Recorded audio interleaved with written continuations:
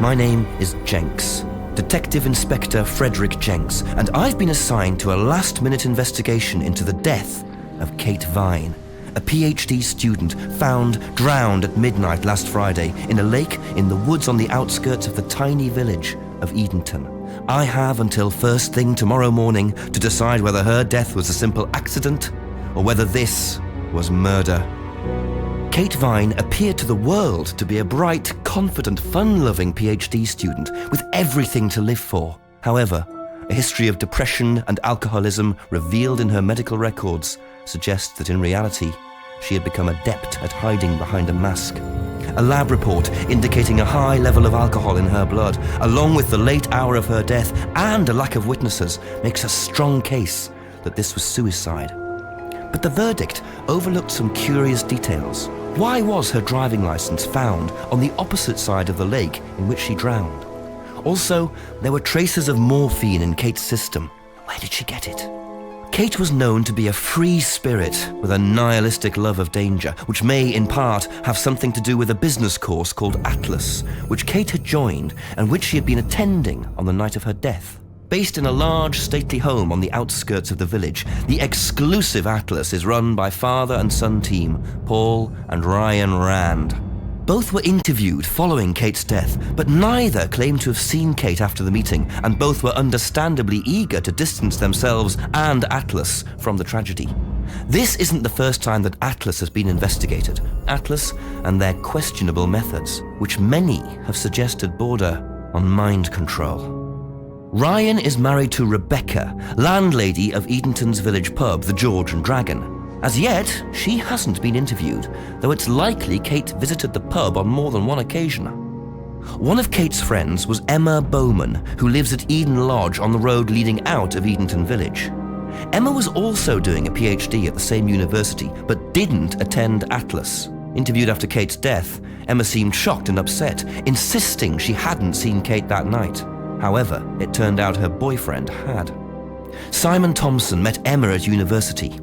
After completing his degree around 18 months ago, he went to work at a shop in the neighbouring village. He started at the Atlas course a few months ago. Simon insisted that he didn't see Kate after the meeting, but the sergeant interviewing him noted he seemed oddly unmoved by her death, which makes him the first person I want to see tonight. It's time for some answers.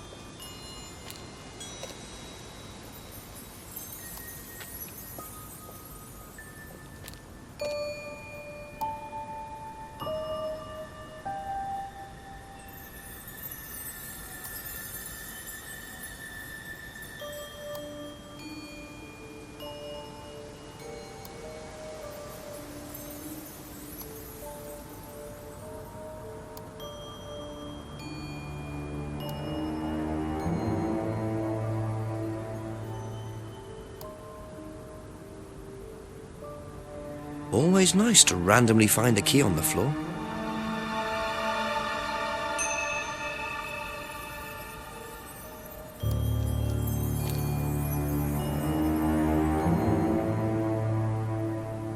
Wow, isn't that interesting?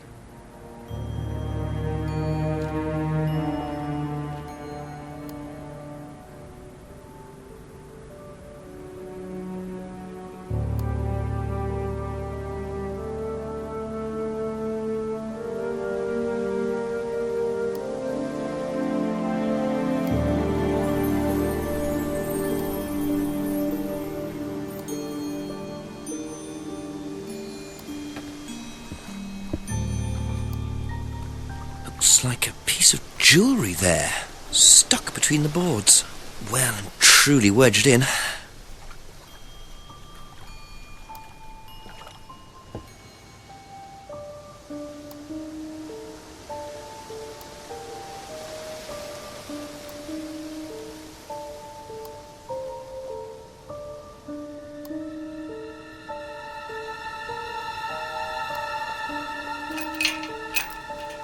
Have to come back later, I think.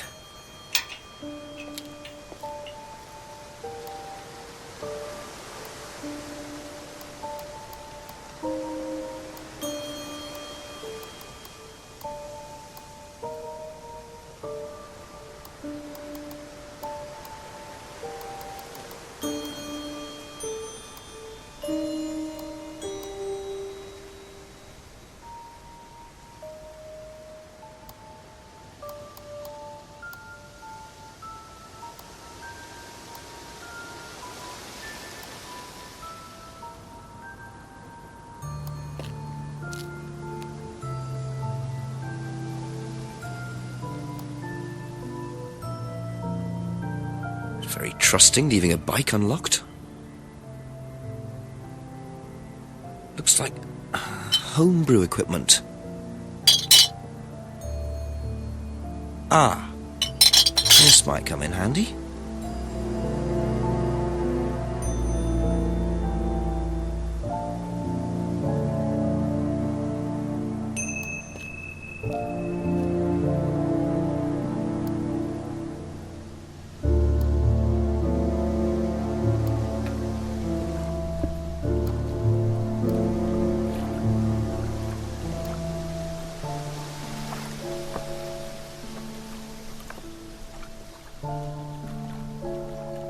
Interesting. I thought forensics had checked the whole area. Obviously not very well.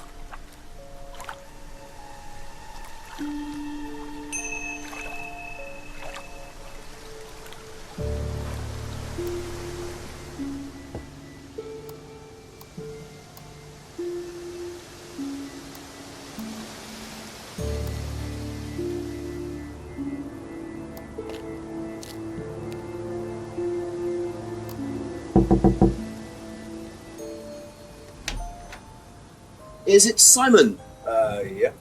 Detective Inspector Jenks. I'm investigating an incident in the village. Could I come in and ask you a few questions, please? Yeah. Thank you.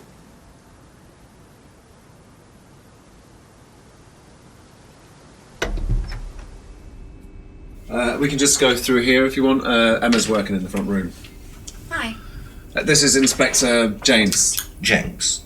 What's all this about? There was a death in the village. Kate Vine, I believe you both knew her. Yeah. Do you need to speak to both of us? I'll just speak to Simon first, if that's okay. Just come through. Is it okay in here? Oh, this will be fine, yeah. Do you want anything? Water? No, I won't be long. Okay.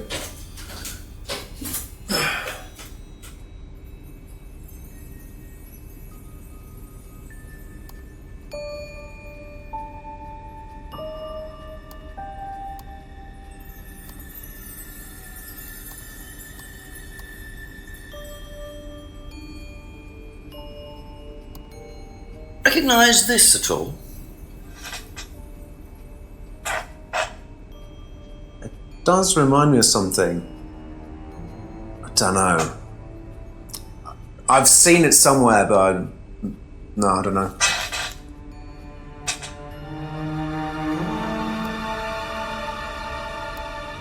I noticed a lot of bottles outside. Are they yours? Yeah, I make homebrew.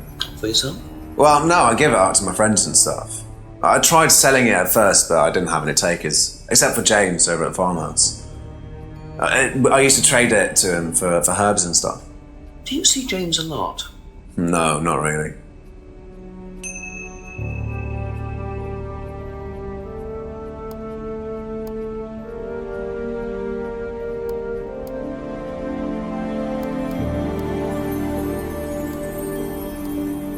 Which is the bike outside? Oh, that's my cousin's. He lent me it. I need to buy a new lock for it, though. So it's your bike at the moment? Yeah. There's no bus service to speak of around here, so it's really the only way to get around.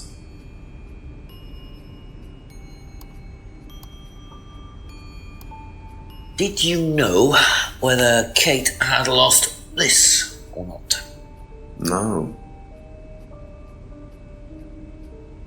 No, I don't think so. Never seen it before.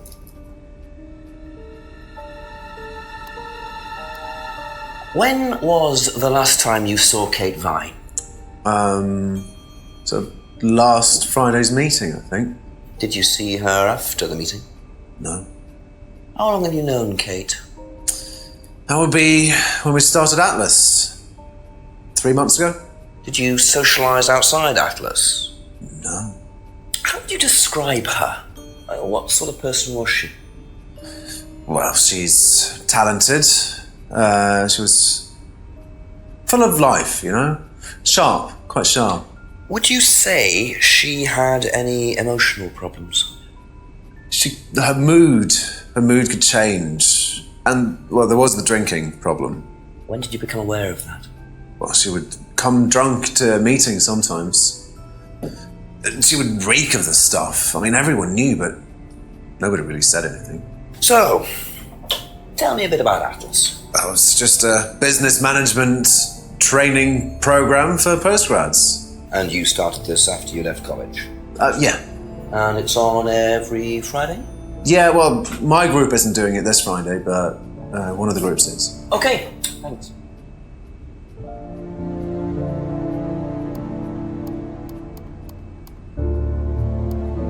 That's all for the moment. Thank you. Don't worry, it's only a few questions. Yeah.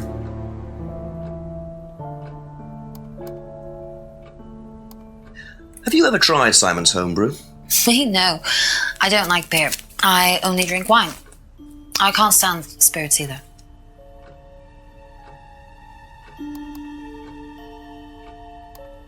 Ever seen this? Looks like, that's my old necklace. I gave this to Kate. So Kate might have been wearing it last Friday. Yeah, well, perhaps, but I can't see why. She was always buying new things, you know, lots of jewellery, stuff like that.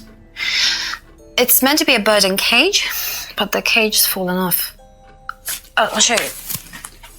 Where did you buy it? I didn't. Some wanted present. Secret admirer. Not so secret. I see. That's how it should have looked. It's called a freedom necklace. Do you mind if I keep this? No, not at all.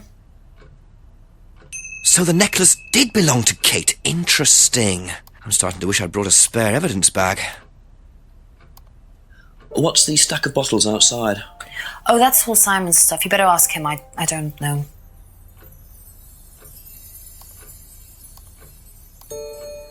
Whose is the bike outside? Oh, it's Simon's cousin's. He uses it to get to work. You know the lock's broken. Oh, I know. I keep telling him to fix it. Did you know whether Kate had lost this or not? I don't know, but I don't think so. Okay. When was the last time you saw Kate Vine? It was last Thursday in the college library. I saw her and we chatted for a bit. She seemed her usual self. What was her usual self? Oh, just Kate being Kate. You know, a bit wild. Wild? What way wild? Oh, she just used to question everything, you know. Have arguments with the lecturers, things like that. What else? Kate had a drink problem. How noticeable was that? Well, it wasn't at first, but as the year went on, she'd be drunk in the afternoon. But I think she cut down, you know, towards the end of college and when she started her PhD.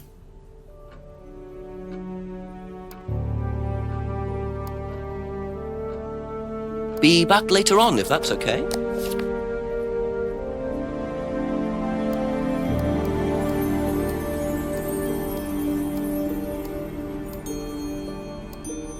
You know what this is? Yeah, I think Emma had one like it. Actually, you know what? Kate had one. I remember because I asked her about it one night when we were all out drinking in college. I was probably pretty drunk. That's what college is all about.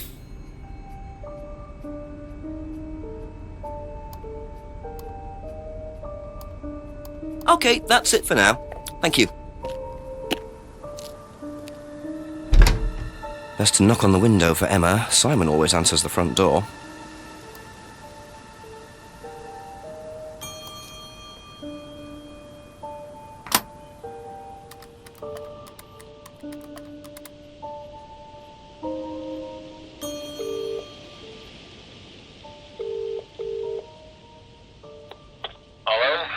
Chief? Yep. It's Jenks. I've questioned Simon Thompson and Emma Bowman so far. Oh, and I found a pendant by the lake, which turns out to have been Emma's. But Emma gave it to Kate. So, chances are, Kate was wearing it the night she drowned. What does Thompson know about it? Simon doesn't seem to know much. I don't trust Thompson. Then again, I don't trust Emma that much either. Try and get a bit of background on them, usual stuff. When did Emma meet Kate? How long have they known each other? How long has Thompson known her? Give me a call back when you've got some more. Thanks, Chief.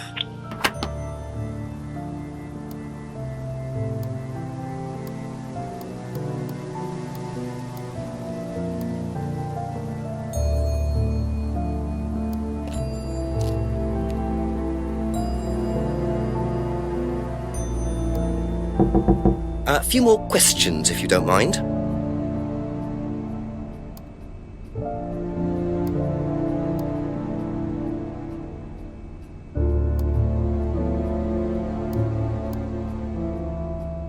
Aha. So how did you know Kate was wearing a freedom necklace 18 months ago? At college? Well, I knew Kate at college, but I didn't get to know her till we started at Atlas. Right, so you didn't socialise with her at college? No. And you didn't socialise with her outside of Atlas? No. You didn't see her outside Atlas at all? No, not at all.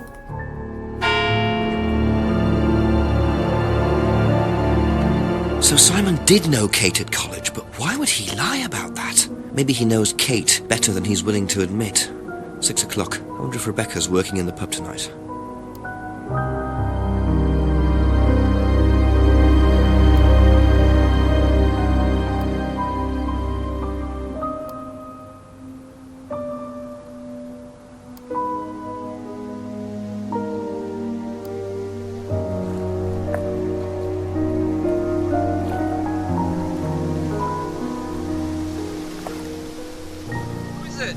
I'm a police officer, Detective Inspector Jenks. It's all right, you can carry on if you want to. I was just going. I'm investigating a death in the village, Kate Vine. There was a death recently. I knew her. Well, could I ask you a few questions, please? Bit dark. Well, if you give me your name and address, I'll come later on. Where do you live? Farmhouse. And what's your name?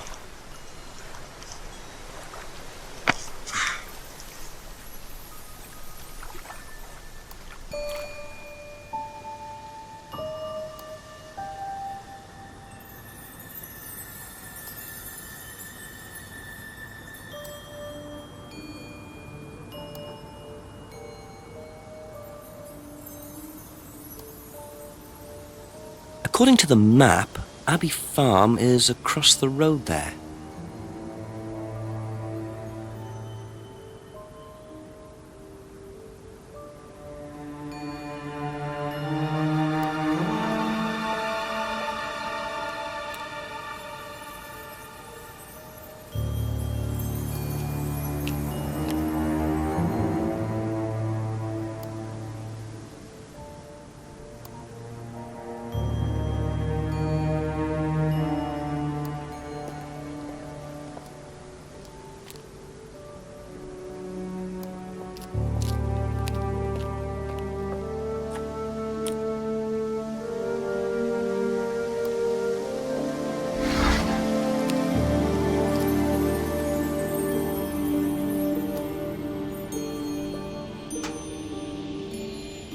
Picture frames with black painted glass. Very interesting.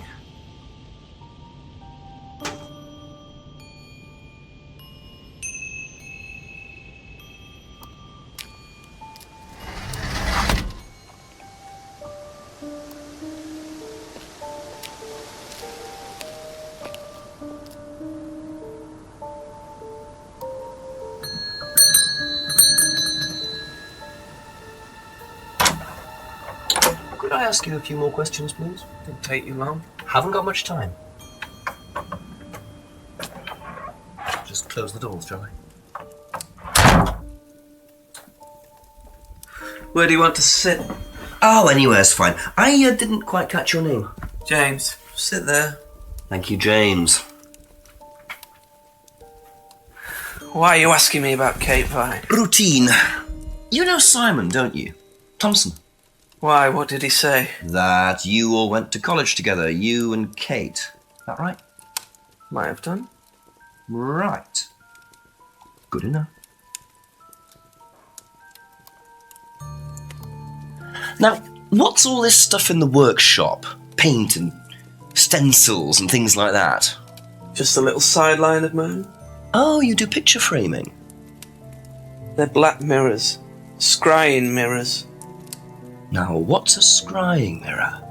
Show you one if you want.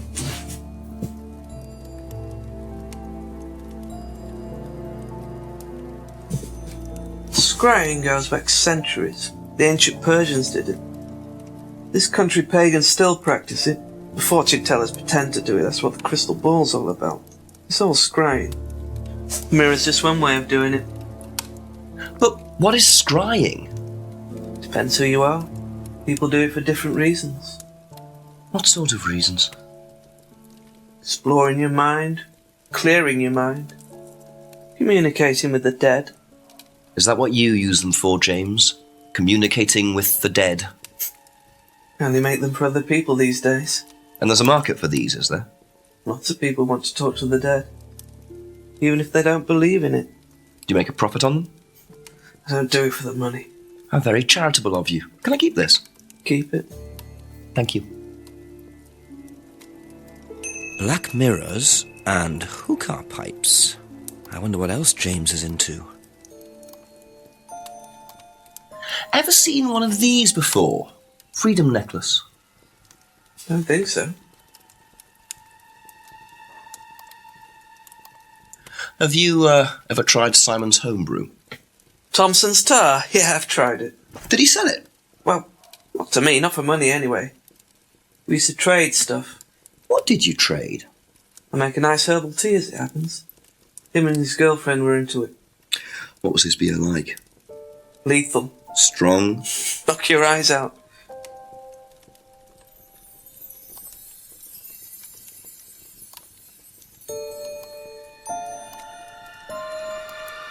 What do you know about Simon's bike? What bike? You haven't seen him on a bike? I haven't seen him. When was the last time you saw him? About a month ago.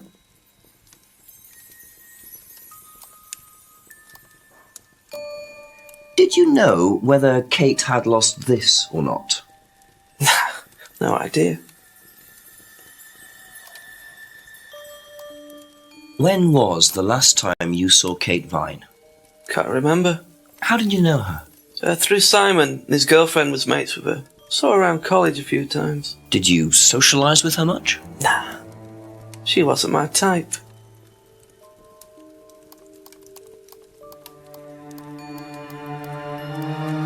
Thank you. Probably be back later.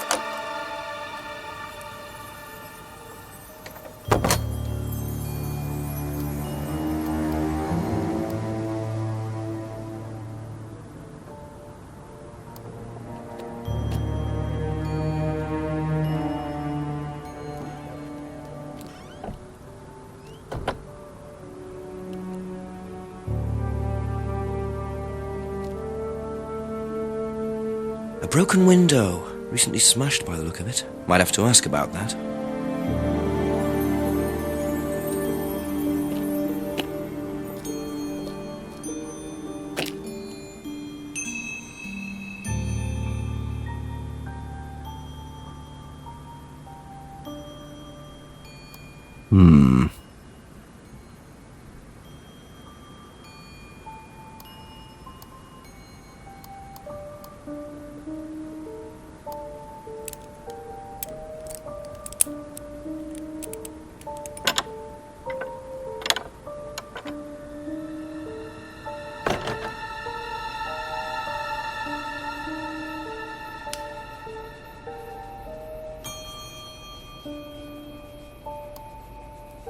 Just looks like junk, but it's too dark to tell.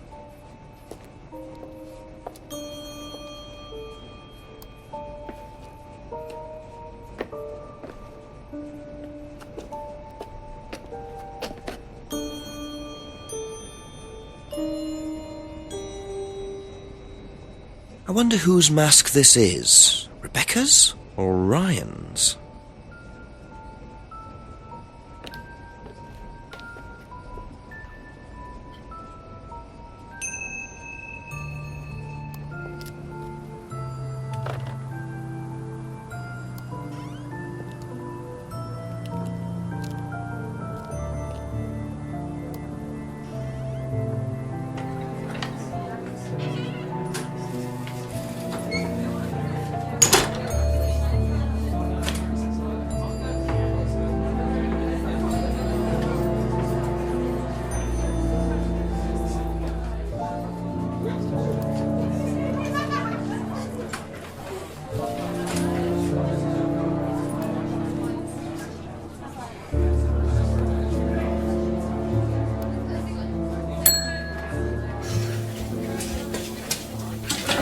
Sorry, what can I get you? Detective Inspector Jenks. Rebecca, is it? Yeah. There's been an incident in the village. I'm conducting an investigation. Could I ask you a few questions, please? Right. Come through. Thank you.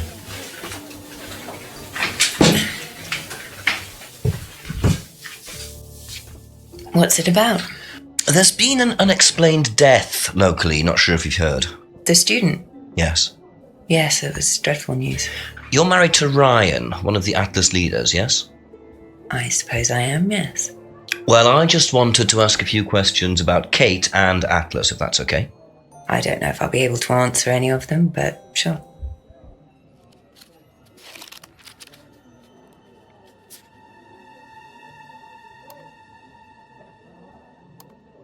Did you know Kate?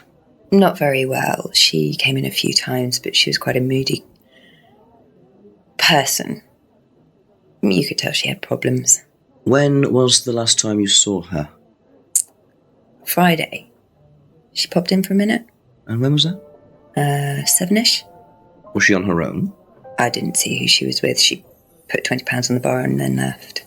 What was that for? A breakage, presumably. £20? Just for a beer glass? Well, she was very drunk. She just put it on the bar and then walked out. Was there a broken glass? Not that I noticed. But she was a strange girl.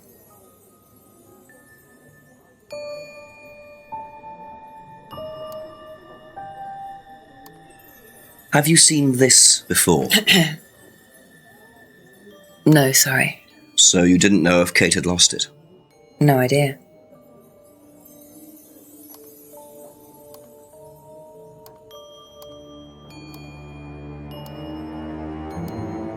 Know anything about Simon Thompson's homebrew? Does he make homebrew? Apparently. No, we do buy from a microbrewery, but we don't usually buy from kitchen breweries.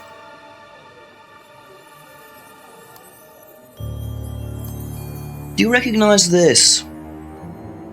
I've seen students wearing them. It has some sort of meaning, doesn't it? I forget what it is now. Seen anyone wearing one recently? Not that I can remember.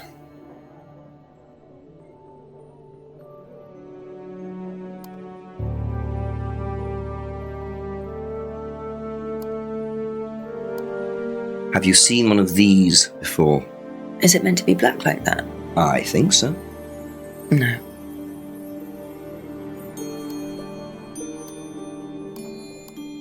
How did the window get broken out round the back? I don't actually know. Someone said 2 girls were arguing outside. I found out after they'd gone. And when was this? Last Friday, just after we opened, about 6:30. I taped over it until I can get it fixed. We don't want people getting cut and suing us. Does that sort of thing happen a lot? Arguments? No, not really. I'm quite strict when it comes to borrowing clients I don't think are suitable. Do you know what this is? Oh, you'll have to ask Ryan about that. So this is Ryan's. It's to do with one of Ryan's methods on the course. Go on. Well, masks allow you to play at being someone different for a while. Students find it quite liberating. So this would be for a student? I think that one's Ryan's, but students do wear them, yes.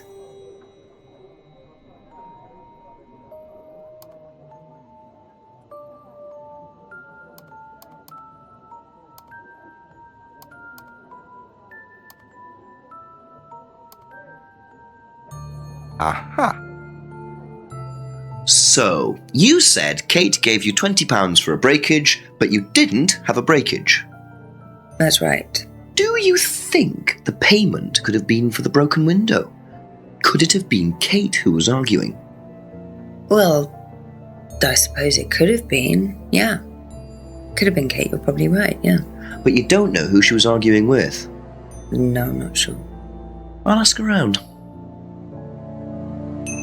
Not realising Kate had broken the window. Rebecca really should have worked that out before now. Unless she did. But why would she lie about that? Thank you. Probably be back later.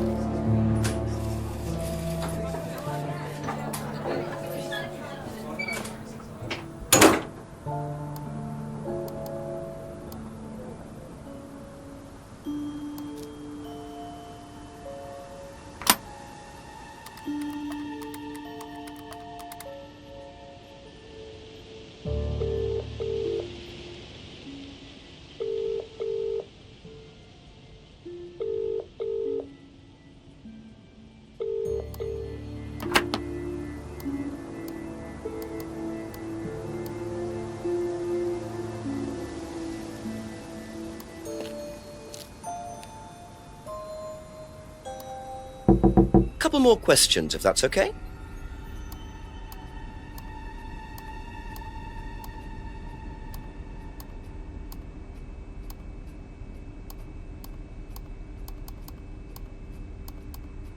Ever seen one of these?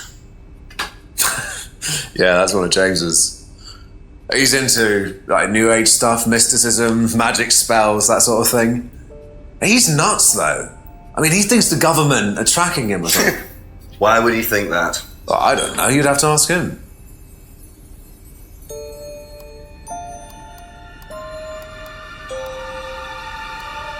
Do you know anything about a broken window at the pub? No, I don't really go to the pub very often. I'm not exactly a pub person. Have a look at this. Know anything about that? I haven't seen this one, but it looks a lot like an Atlas mask. We use them for some of the workshops and stuff. Really?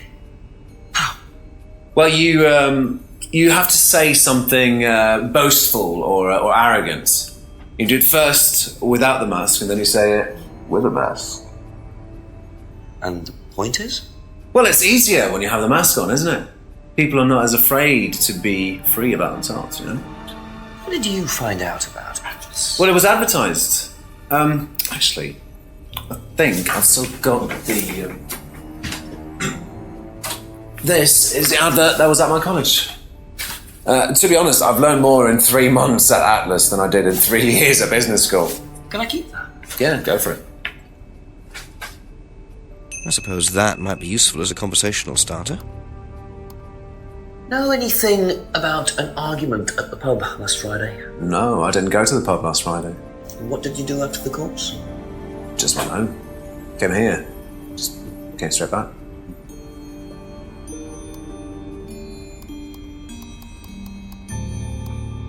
That's all for the moment, thank you.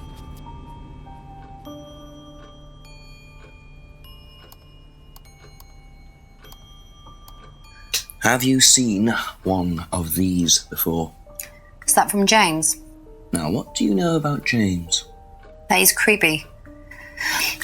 He was selling them last Friday at the market. There's a market every week type thing.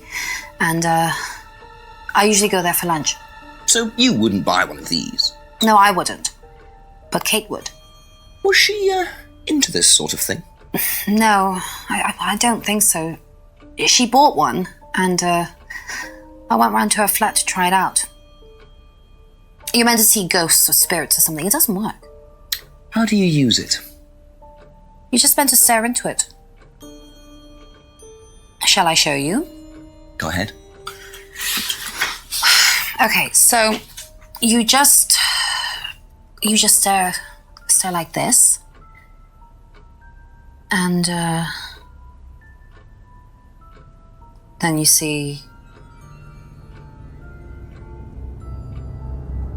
See what? Sorry, look, you're meant to see a ghost or something. Look, it doesn't work. Didn't work, so.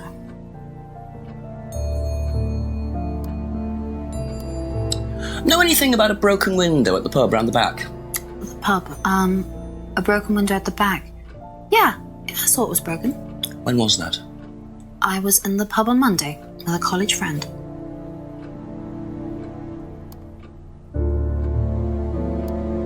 Ever seen this before? Nope, I haven't, sorry. I think I'd have remembered it.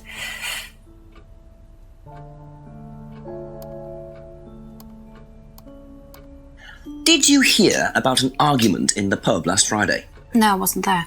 You weren't in the village? No, I went home last Thursday night, actually, to see my parents. But you do visit the pub? Oh, yeah, I mean, I know Rebecca quite well. We all went there quite a bit after college. What do you know about Atlas? I know that it's a business course. I went with Simon when he first went, but it wasn't really my thing. How often did you go? Just the once. And you decided it wasn't for you? Yeah, I'd been to something similar, so decided it wasn't for me.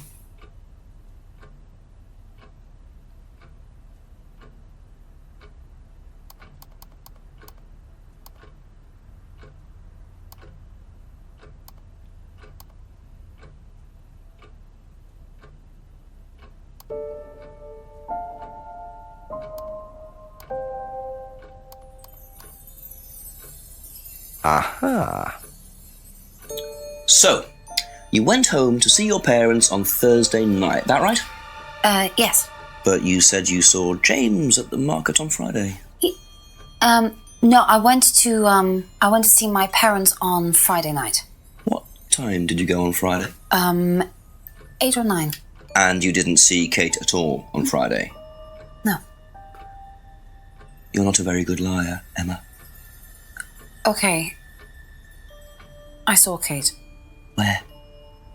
At the pub we were arguing. Go on. What were you arguing about? I'd lent her £50 because she was desperate, and we were just arguing. It didn't really bother me, she just didn't have it. And Kate broke the window?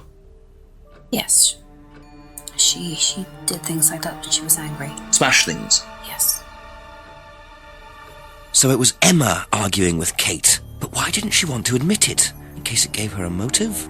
Or something else?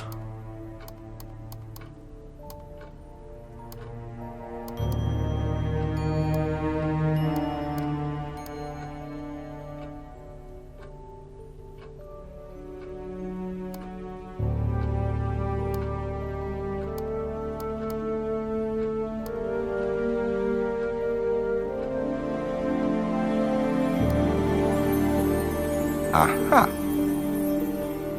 So you lent money to Kate because she was desperate, but she bought loads of jewellery and things. So why were you lending her money? Well, no, it's because, It wasn't about money, was it, Emma? No. Go on. What was it really about? We were arguing because she was going to blackmail Ryan, the guy from Atlas, over an affair he was having, and then tell his wife if he didn't give her the money. Ryan's affair with Kate? No, I don't know. I think he was having an affair with another student and Kate found out. And why were you involved? Because I didn't really agree with it. I didn't agree with what she was doing, even if he did have an affair. Were you friends with Ryan? No, I'd never met him. You just thought Kate was wrong? Yeah. Not sure about this. Emma's either on a moral crusade, or there's another reason she was worried about Kate blackmailing Ryan.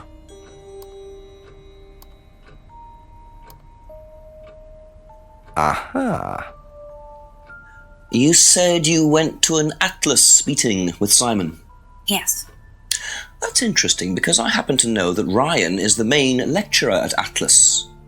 But you say you never met him. Why did you say you don't know him? Okay, I need to tell you something. I just need to make sure Simon doesn't find out. I won't be telling Simon anything he doesn't have to hear. And you can't tell Rebecca either. Go on. Okay, so the affair that happened was between Ryan and I. I was having the affair, and Kate knew. So Kate was blackmailing both of you? No, she didn't care about me. It was part of the course, you see, having to take all these risks. She thought it was funny to turn her back on Ryan. She thought I wouldn't care. But you did. Yes, I was already with Simon when Ryan and I, and I didn't want Simon finding out, and Kate thought that he wouldn't, but I didn't want her risking it. And then if Rebecca found out, then Simon would definitely have found out, and then it would have blown up and it would have just been a big mess. And so you just argued and what? Well, she just stormed off and broke a window. And that was it? You didn't see her again that night? No. Are you sure? Yes. I promise.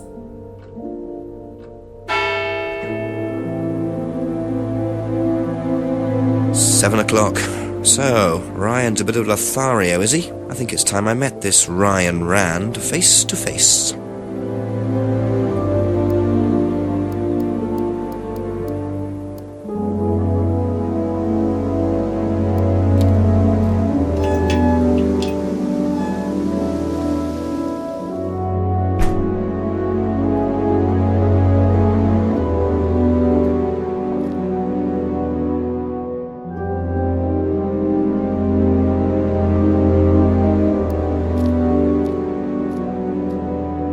Ryan was interviewed in the lounge, according to the report. That must be his office.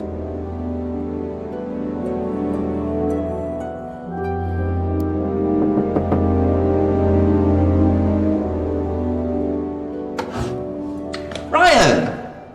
Yes? Detective Inspector Jenks. I'm conducting an investigation in the area. Wouldn't mind asking you a few questions, all right? Come in, Inspector. Thank you.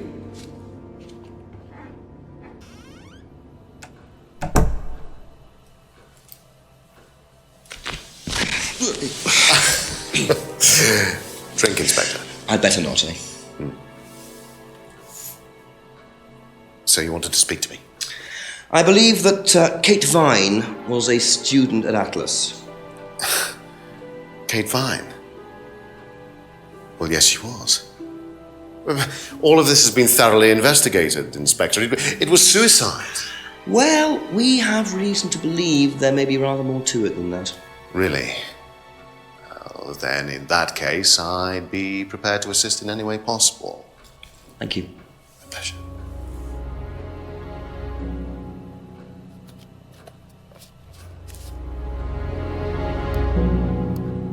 Tell me about this. It's the first one we ever had made. We had it designed by an agency after we'd spent weeks trying to find a name for this place. It took you weeks? Don't be like that, Inspector. I thought it was a rather grand name. Actually, if I'm being honest, I plucked it out of thin air one night in the George while I was having a few gin and tonics. Well, actually, somebody left a book and I stole it.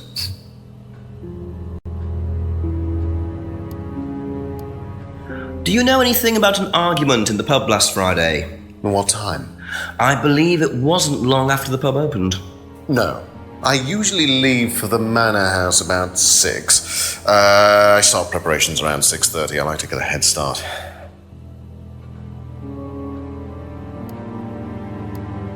Can you tell me about this? Haven't seen that for a while. We had a friend who used to make them for us for the course. He passed away last year. What does the symbol mean? It's borrowed from paganism. It's the symbol of the triple goddess, the mother, maiden, and crone, represented by the waxing and waning of the moon. It's an ancient symbol. It predates Christianity. Some people say that it dates back to Paleolithic times. And is that relevant to the course? Well, no. I mean, it's a symbol we dabbled with, but it's not particularly relevant. We don't use it on the course, no. What do you know about the broken window at the back of the pub? Oh, Rebecca told me about it. I don't know how it got smashed, though. I told her to tape over it. We can't have anybody cutting themselves. You have to be very health and safety conscious these days. Have you seen one of these before? I believe that looks like a scrying mirror to me. You have seen one before? Well, I used to have one myself, actually, along with lots of other bits and pieces of that nature. Silly things, you know. Really? Yes, when I was in my teenage years, I had quite an obsession with that kind of thing. I was a very somber child, and well, not that you could tell, always playing fantasy games, reading books about that kind of malarkey, you know. What sort of books did you read? Well, books on black magic, not the chocolates, witchcraft, satanic rituals, that kind of thing. I grew out of it, of course. But you're not into that sort of thing now. Of course I'm not. I don't need to believe in the supernatural, Inspector. The natural world is far more interesting. Don't you think so?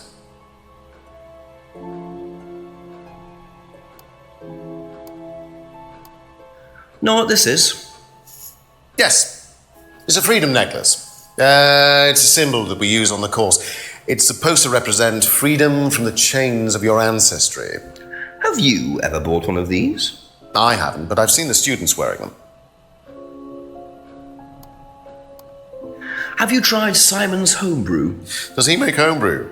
No, I haven't had the pleasure, sorry.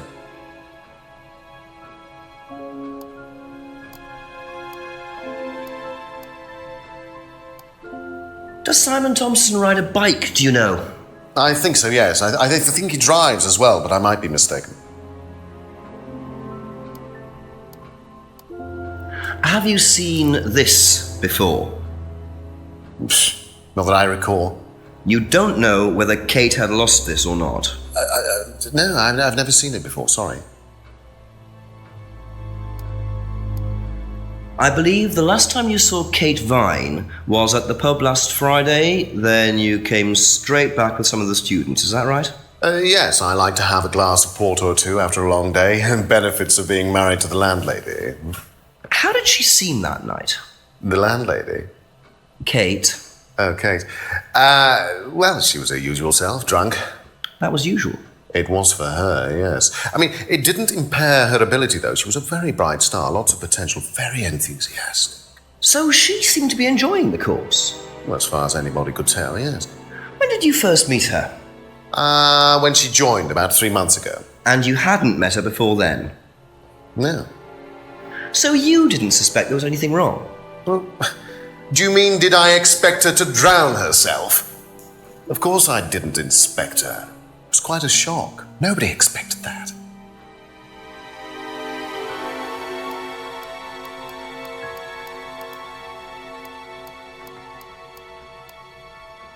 Be back later on, if that's okay.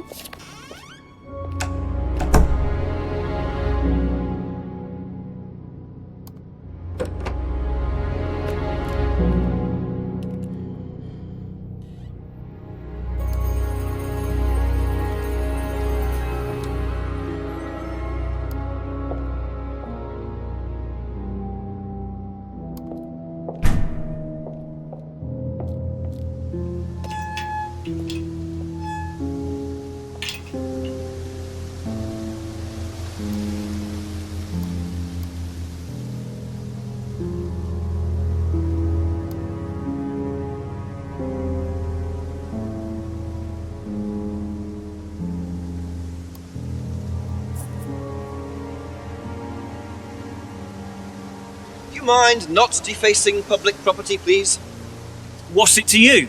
Well, I'm a policeman. And that's supposed to make what difference exactly? It means that you do exactly what I tell you to do. Or what? Or you arrest me? No, I'll give you a fine this time. So, if I do something that you don't like, I have to give you some money?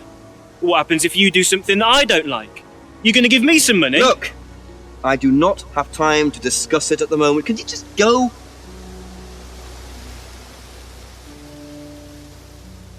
Pathetic.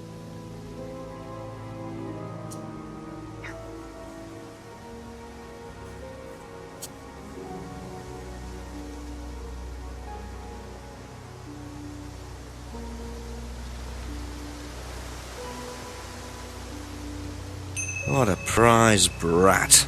But why would he carve that into a tree? Either he's a die-hard rock fan, or there's more to that symbol than meets the eye.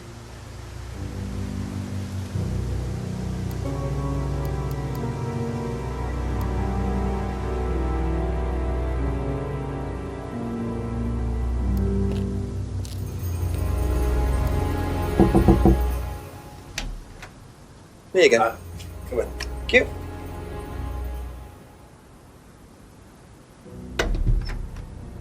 Smells nice. What is that? Chili pork. I have no idea you were a cook. Oh, no, I used to be more into it. No, I don't do it so much. Used to grow my own herbs and everything. Not here. No, at the farmhouse where I used to live. Oh, where was that?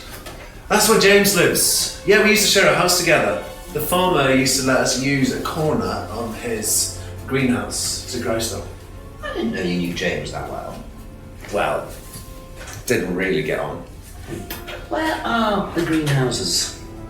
But it's just through the farmyard at the back. Interesting.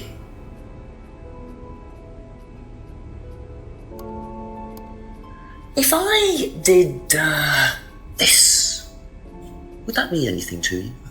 Who did you see doing that? Someone in the woods, carving it into a tree. That was Kyle. It's a guy from the course. He's an idiot. And where does he live? I can't remember. Somewhere outside the village? The three fingers thing is something the students started doing. It's something from the course. The three freedoms. The what? The three freedoms? It's from the course. It's a phrase. Free to be free. Free yourself from the things that are holding you back, right? Things that stop you being successful. What are they? There's fear of failure, guilt, and doubting, self-doubt. You believe that? Yeah. Guilt ruins lives. It stops you looking forward. It serves no practical purpose. It's basically destructive. Right. Free to be free. Not the most original slogan, but I wonder how far this freedom goes.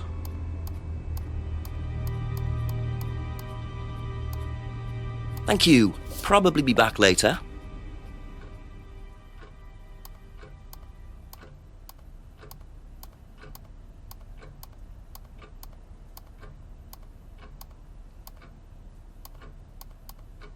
If I did this, would it mean anything to you?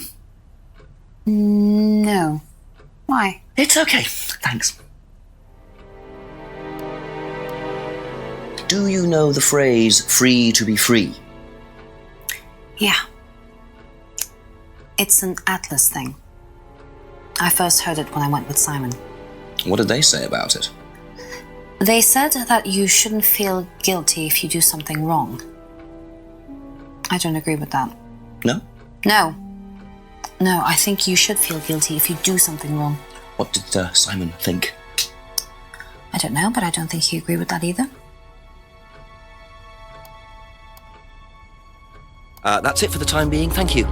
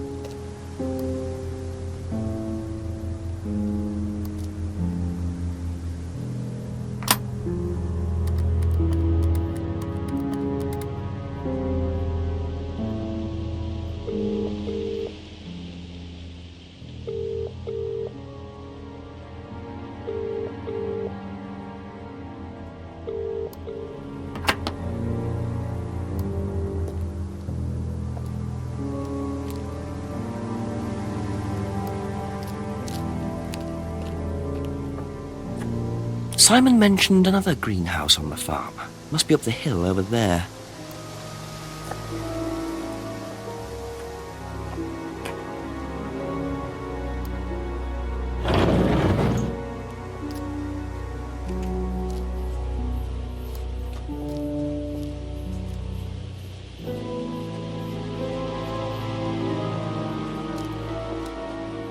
I wonder if James knows this is here.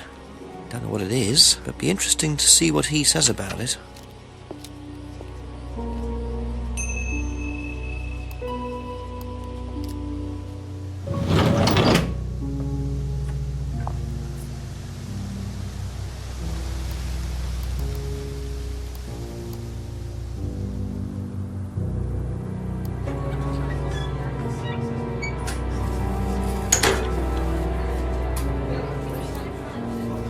A few more questions, please. Thank you.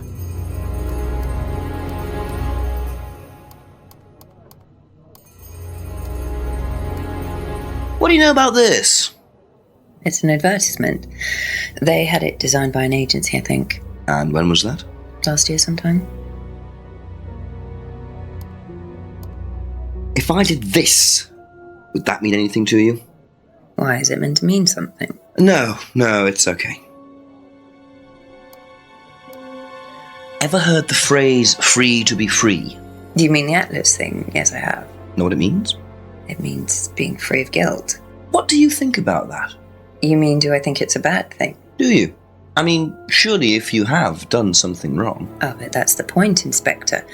Most people spend their time feeling guilty over nothing, and that's not a good thing.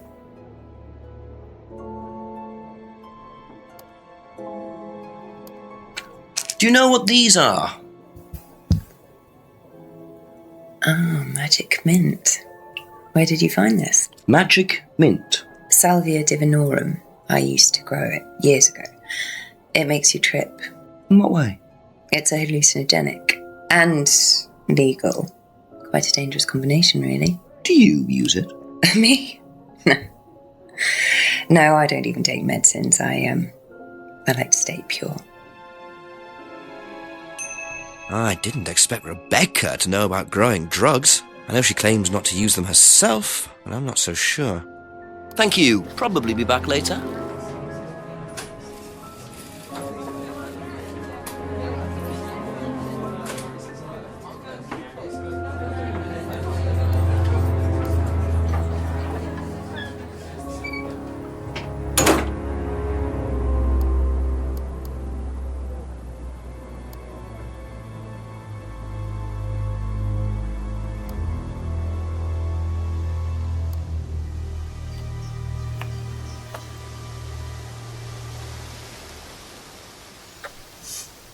What are you? Private eye? No, I'm a police inspector. Who are you looking for? I'm investigating a death in the village. That student, then. They did one last year, too. Same place. Did what? Drowned a student. Ask that psycho about it. He runs that business cult thing up at the big house. Bunch of nut jobs.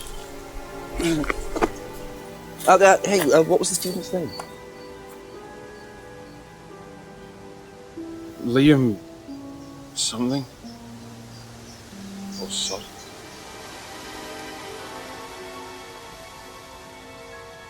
Atlas's reputation precedes them.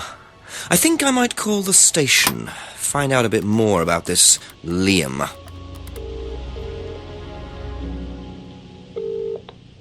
Hello, DCI Jones speaking. Mike, it's Jenks. Right, Jenks, I thought you'd clocked off tonight. Yeah, the chief's put me on a case tonight, the Edenton girl. Friday night, you poor sod. I thought that was sorted out anyway. I wish it was. Listen, are you near a computer? I can be. Yeah, go on. Do you know anything about a death last year? Someone called Liam in Edenton Village? Don't remember it. Hang on, let's have a look. Edenton Village. Yeah, Liam Rogers. It says suicide last year. Suicide? Hang on, 2 suicides in 2 years, both in Edenton. Blimey, you've got your work cut out, Jenksy. Yeah, don't I know it. Right, well, good luck with that. See you Monday. Thanks, Mike.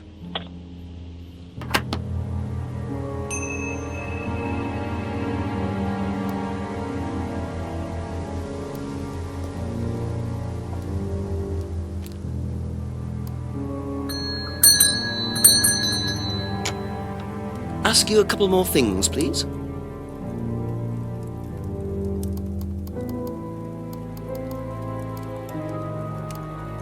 Know anything about a broken window at the pub? Don't go to the pub. You've never been to the pub? Didn't say that. Been to the pub, but not for about 2 months, 3 months. Ever seen this before? No, should I have? No, it's okay. Know anything about an argument at the pub last Friday? No. Ever seen one of these? Seen them around college. What do you know about it? Not much. It's a business course. Ask Simon, he's on it. You wouldn't be interested in that sort of thing? And you haven't discussed it with Simon? Not really. Business doesn't interest me. If I did that, would it mean anything to you? Yeah. It's a Satanism symbol. Satanists use it. Have you ever seen anyone using it? Lots of people. Politicians, presidents, CEOs. Have you ever seen anyone local using it? Not that I remember. Ever hear the phrase free to be free? Heard anyone use that? Nah. What is it, a song? No, I don't think so. Doesn't matter. Could you tell me what these are, please? I found them in the greenhouse. Been snooping around on the farm, have we? It's called investigating, James. Yeah. It's just mint. Mint leaves. For cooking. Yeah, I heard you were a bit of a budding chef. Dabble a bit. Won a few competitions. Very impressive. So you normally just leave packets of mint lying around? Must have dropped it.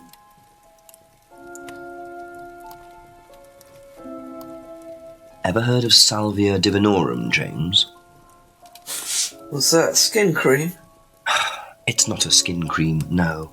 It's a plant. Really? Don't know much about plants. So you've never heard of Salvia? No. Did you know Liam? Liam who? Liam who died. You mean Liam who killed himself? Yeah. He was in my year, on a different course. What course was Liam on? Can't remember, not mine. What was yours? Plant science. First time I knew about Liam was when he killed himself. Right, so you didn't meet him? No.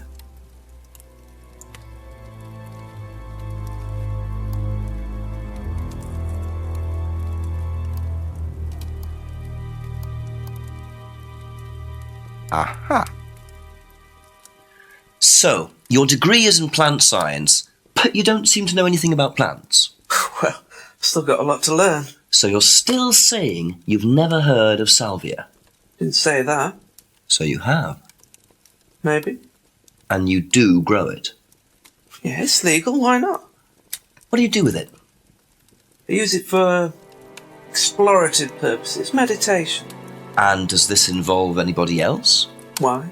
Do you sell it or give it to anybody else? Sure. Yeah, it's just for me, nobody else. And that's the only drug you grow, is it? Feel free to go and look if you want. It's okay, I'll look later. The only drug he grows? Not sure I believe that, James. Then again, would someone growing illegal drugs bother growing a legal one?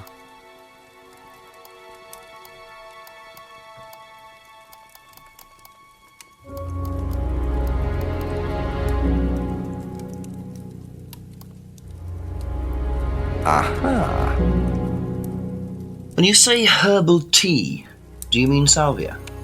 Probably. So you traded salvia tea with Simon for his homebrew? So? So why did you say you didn't give salvia to anybody else? Did you give it to anybody else? How many people did you give it to? Did you give it to Kate? No. How about Liam? I didn't have anything to do with him dying, if that's what you mean. So you did give him salvia? Yes, I gave him salvia because he asked for it, but that's not what killed him. Well, he committed suicide, James, because of psychological issues that probably weren't helped by him trying hallucinogenic drugs. He didn't commit suicide. You don't know anything about him. You don't know what happened. Okay, so what happened then? Do you even know about Third Eye? go on. You don't know about Third Eye. You don't know about Third Eye. You know nothing about Liam's death. I mean, forget Salvia. Fine, tell me then. Third Eye was a cult. We had our very own psycho cult operating right here from our village hall. And I got rid of them, single-handed. I'm the one who got rid of Third Eye. Did they tell you that at the station? Okay, start again. They were what? You don't know anything, do you? Look. They were reeling in students, pretending to be some sort of happy life course, you know. We can make your life better sort of crap. Then they were putting everyone through this brainwashing program to make them compliant, then selling them on. It's all there. What do you mean, selling them on? Selling them. Objects, commodities. To who? To anyone who could afford them. Top politicians, famous celebrities, wealthy businessmen, you name it. What for? You don't get it, do you? Third Eye were making and selling slaves. They were black market slave traders. They were wiping people's personalities using ECT, brainwashing, cocktails of hard drugs, deliberately turning them into perfect slaves. You know how much slaves are worth on the black market these days? No. Millions. And I'm talking per slave. That's why anyone who stood up to them and threatened to go public like Liam was just killed off. They didn't give a damn. So you're saying Liam was murdered by Third Eye? Exactly what I'm saying. So I started looking into it. They were all saying it was suicide, but there's no way. So, did you ever actually meet Liam? Found out about him. And how did you find out about all this other stuff? Well, it's obvious, you can tell. I met some of the students. You could see straight away there was something wrong. They were like zombies. And I can tell when someone's got ECT damage or when they've been through mind conditioning. It's just obvious. I mean, US military used all these techniques back in the 50s. It's all documented, you can read about it. They showed all the same signs. So, did you ever actually go to a meeting? No, but I knew what went on. How? From what people said who'd been through it. Okay, so do you know anyone I could speak to who did go through it? Well, no. Look, it doesn't matter. Why did they close down if it wasn't true? They just closed down and disappeared overnight after I put all the flyers up. Bit of a coincidence. But that was just after Liam died. Yeah. And do you think that had anything to do with it? Maybe, but it was the flyers that forced them to close. Okay. Do you mind if I keep this? Yeah, you investigate it. It'll all come out. Third Eye definitely killed Liam. Well, that was a lot to take in. Does James really believe all this stuff? This is the first I've heard about Third Eye. Question is, what's their connection with Atlas, if there is one? That's all for the moment. Thank you.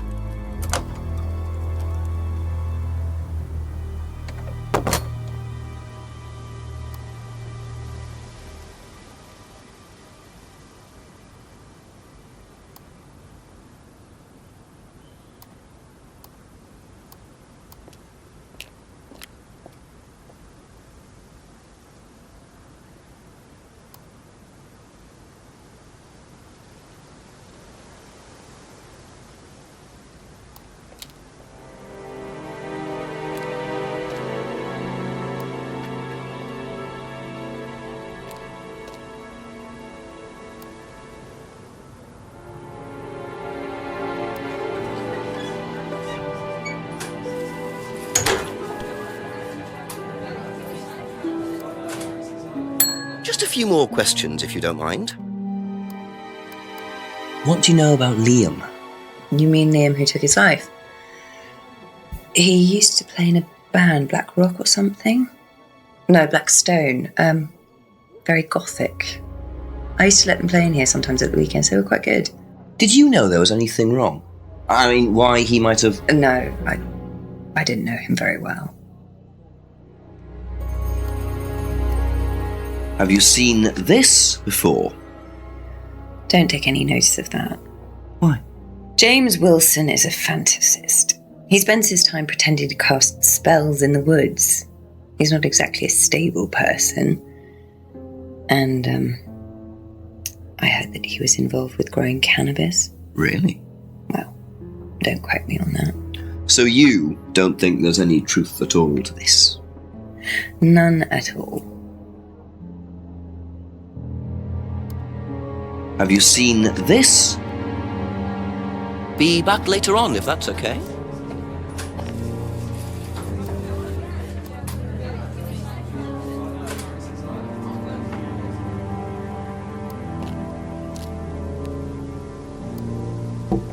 Ask about a few more things, please.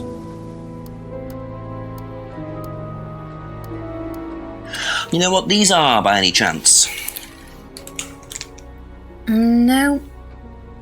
Sorry. I don't know anything about plants or things like that, but you should ask Rebecca. She used to live on a farm. She'd know. Ever heard of Salvia divinorum? Yeah, I've heard of it. It's a drug, isn't it? Yeah. Hallucinogenic drug. Ever tried it? No, I've never taken any illegal substances.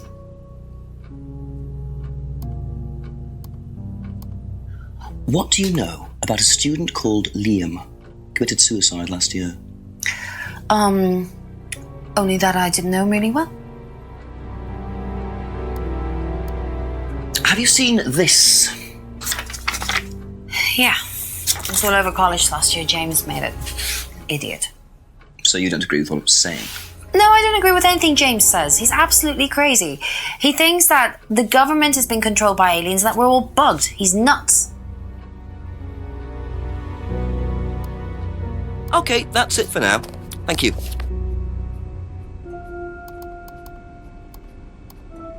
Know what these are? No. Look a bit like sage leaves. Haven't seen them before, though. Not at all, no.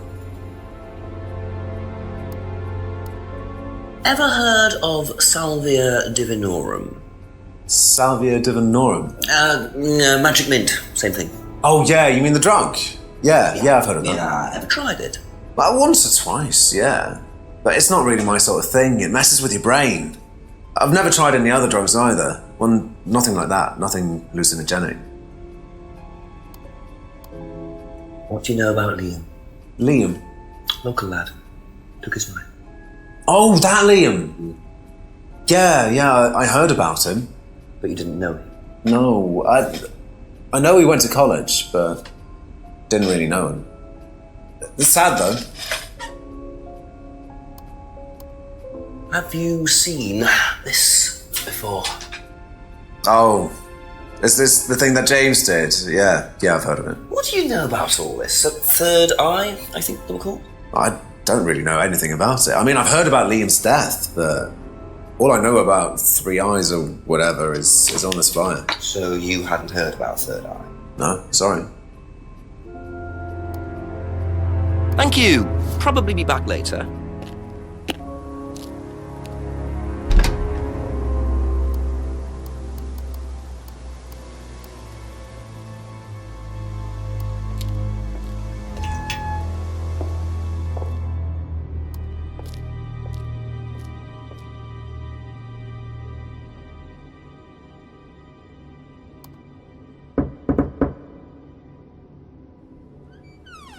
Couple more questions, if that's okay?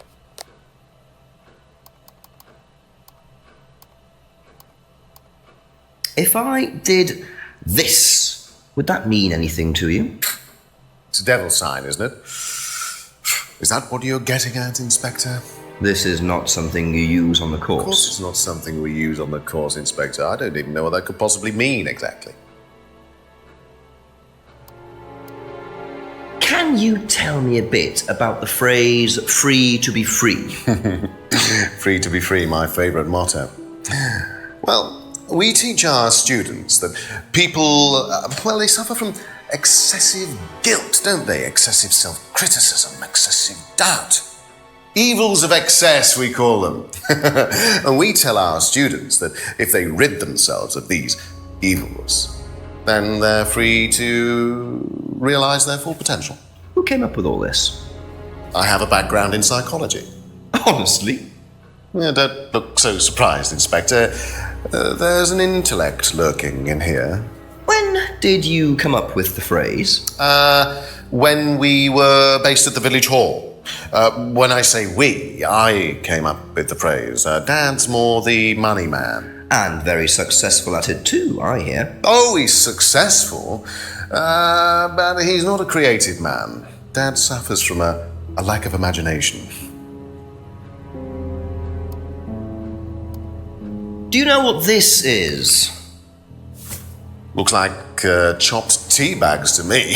What is it? I just thought you might know. I don't know anything about plants, Inspector. What you should do is ask Rebecca. She knows far more about these things than I do.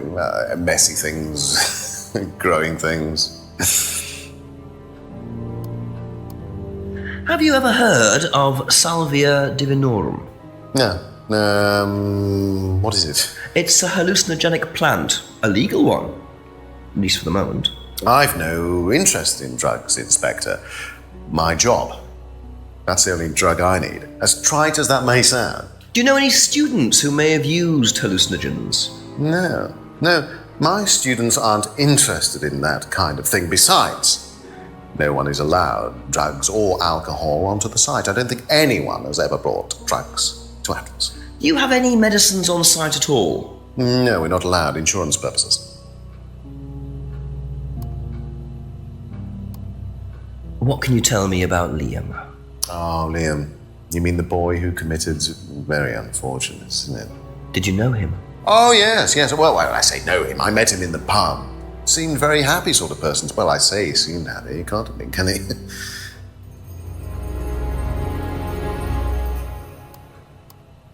What do you know about this?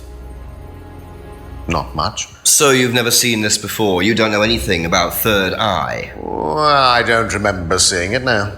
You don't recognize any of the symbols on it? No, sorry.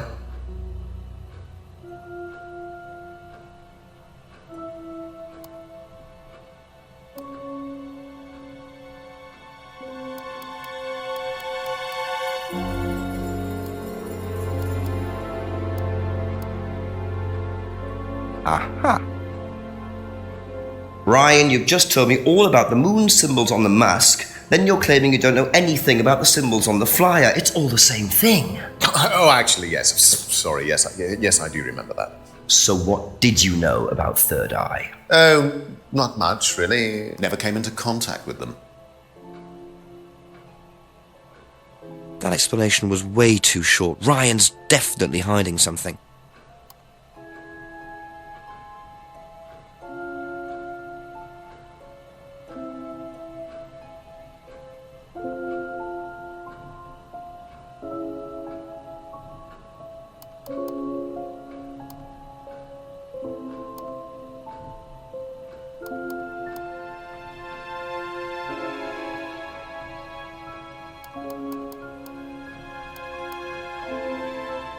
Aha. According to the flyer, this Third Eye group was based at the village hall, is that right? Was it? That's where you were based, wasn't it? Yeah, you said you invented the Atlas phrase free to be free while you were based at the village hall. So I did. So you must have come into contact with Third Eye at some point. You were using the same hall. Well, I'm afraid I haven't been entirely honest with you, Inspector. Go on. You see, Third Eye is, or was, Atlas under a different name. Sorry. Atlas is Third Eye? In a new improved form, yes. And you ran Third Eye? With Dad, yes. So you must have known Liam. You didn't just meet him, did you? Yes, I knew him, Inspector, but don't get your hopes up. All of this has been thoroughly investigated and cleared up. You've been investigated about his death? They dropped the case. We didn't have anything to do with it. Well, when I say drop the case, I mean a police investigation is one thing, but what the public thinks is another. They threatened to go public, and then James bloody Wilson started distributing his flyers, and that was it. No choice. It was an end to it. You had to change the name.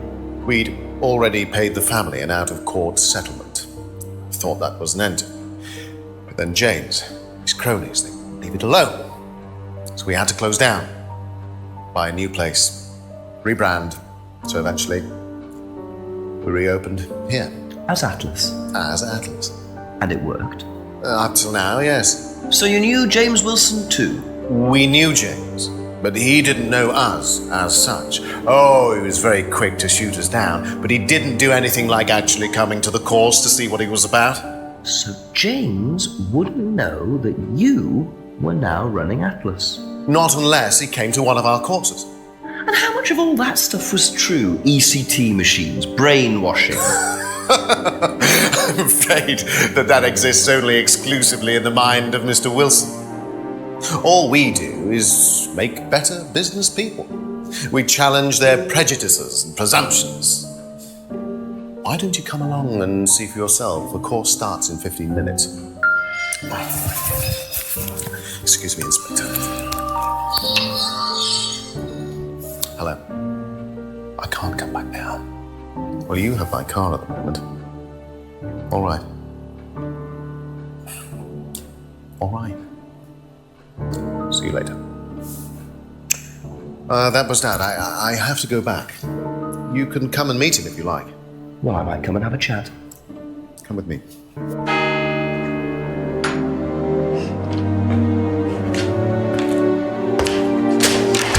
To be perfectly honest, Dad's a great businessman, but he lacks imagination. He does, however, believe in the power of the individual, when taught by the right teacher, of course. Ryan! In here. Just coming.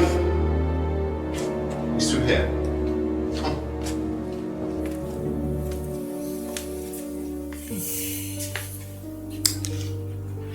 To whom do I owe the pleasure?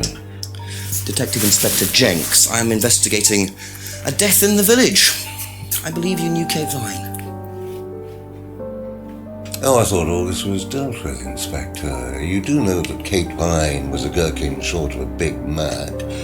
You do now. Father. You must forgive my son, Inspector. He still can't summon up the courage to come straight to the point. So what do you want to know? Well, a few more questions if you don't mind. But I do mind. I'm a very busy man. Try asking an intelligent question, like, do I mind being quizzed about a once promising student who turned into a useless drunk? Ryan, would you mind leaving us for a while? I'll go back to the centre. I have one or two things to prepare. Call me if you need me, Dad. You may begin, Mr. Holmes, although I'm not going to be able to help you. I don't have much to do with the course nowadays, so I can't give you any hard information. That's as maybe, but we No, that's need... as is. But if you want my opinion, I'd be quite happy to give it to you. So, far away.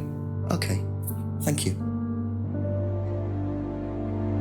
Well, Paul certainly doesn't take any prisoners. It's obvious who's pulling the strings in this family, and I wonder what they got up to in their previous guise as Third Eye. 8 o'clock already. How well did you know Kate? Hardly knew her at all. Met her a few times. At the course, that's about all. So when was the last time you saw her? Last Friday. I just popped out of the course and... about 7. Did you speak to her then? It's possible. And how did she seem? Was she happy, sad, preoccupied? She was drunk.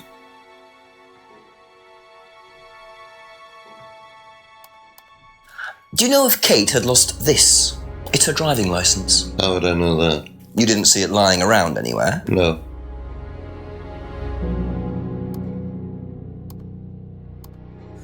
Did you know anything about Simon Thompson's bike? No.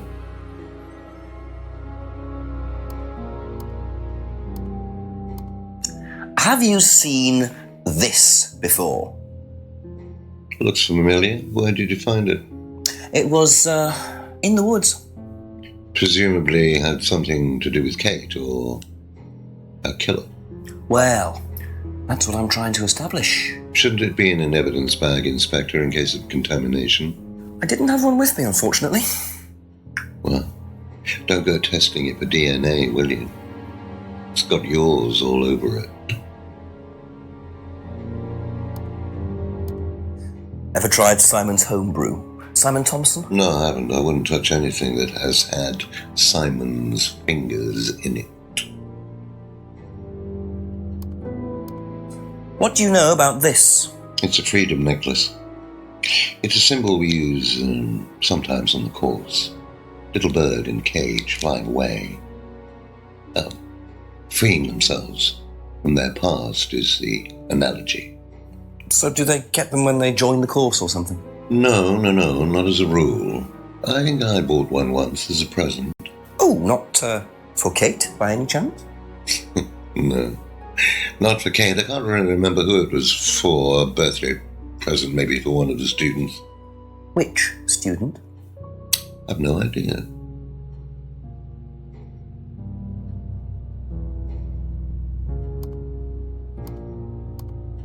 Have you ever seen one of these before? I believe it's a scrying mirror, pagan thing. Ever used one? Why would I use a scrying mirror? So you have no interest at all in this sort of thing? No. Does the Atlas course use them at all? Not at all. Strange question.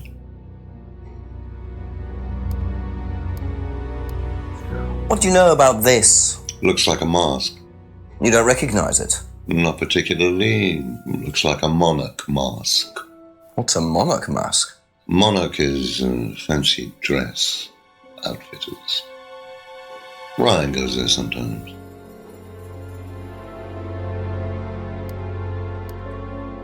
What did you hear about an argument in the pub last Friday? I didn't go to the pub last Friday. You didn't hear anything about an argument in the pub? Should I have? No, that's fine. Could you tell me a bit about this? Had it designed by an agency.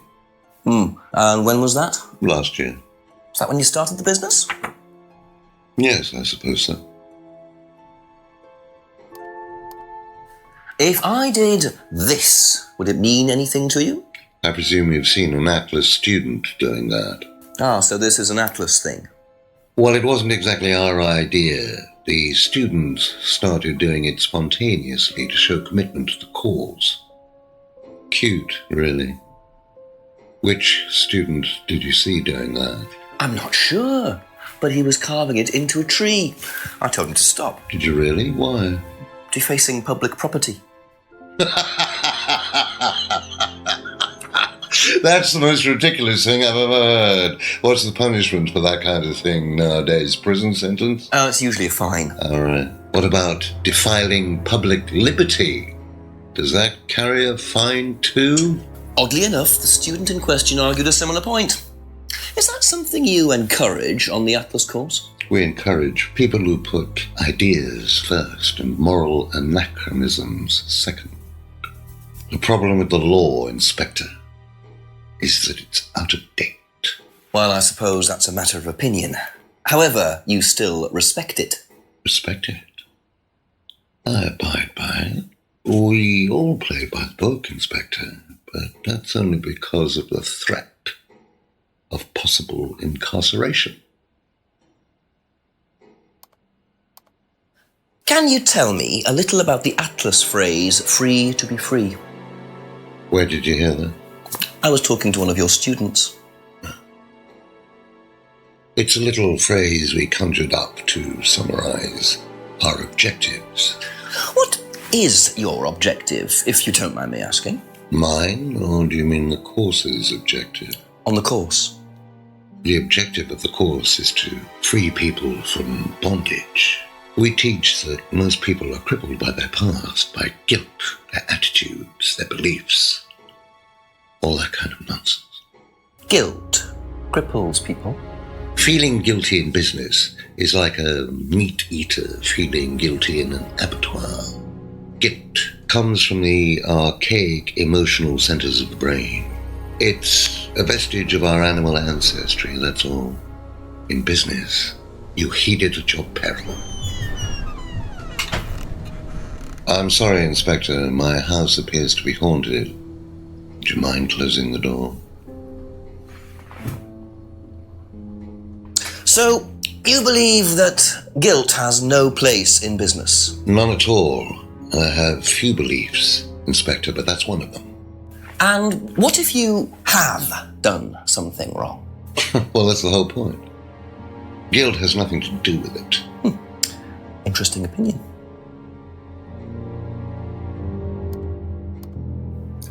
Know what this is, by any chance? I've no idea. Gardening isn't my kind of thing. Rebecca would probably know. I presume you've met Rebecca. Yes, I'm sure she'd enjoy telling you what it is. She's the kind of woman who likes to feel superior. Would probably marry a millionaire and then decide to run her own pub. Yes, why was that? Well, she isn't exactly housewife material. She likes to be in control, like Ryan. Shame, isn't it, that I'm in control of both of them?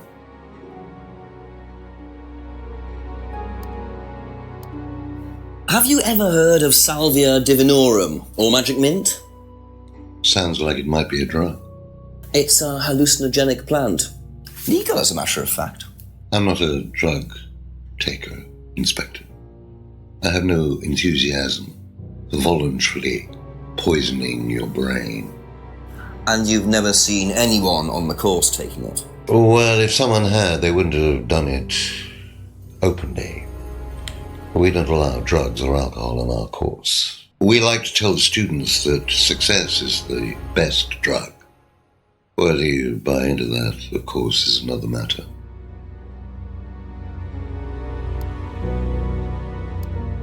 How well did you know Liam? Liam who? Liam, who took his life. Oh. Well, as far as I remember, he was a good student, confident, outgoing. You didn't notice any problems? I believe he had problems at home. Were you there when he died? Yes. And afterwards? You didn't see him after the meeting? No. What was Liam like that night? No. Apart from being drunk, or possibly because of that, he seemed perfectly happy. He was drunk? Well, I assume the bottle in his hand contained whiskey and not lemonade. Lots of similarities to Kate, don't you think? Drinking, depression, is that normal for the students? People come into the Atlas course for quick solutions to their problems. And when they don't get them as quickly as they might have liked, sometimes their impatience gets the better of them.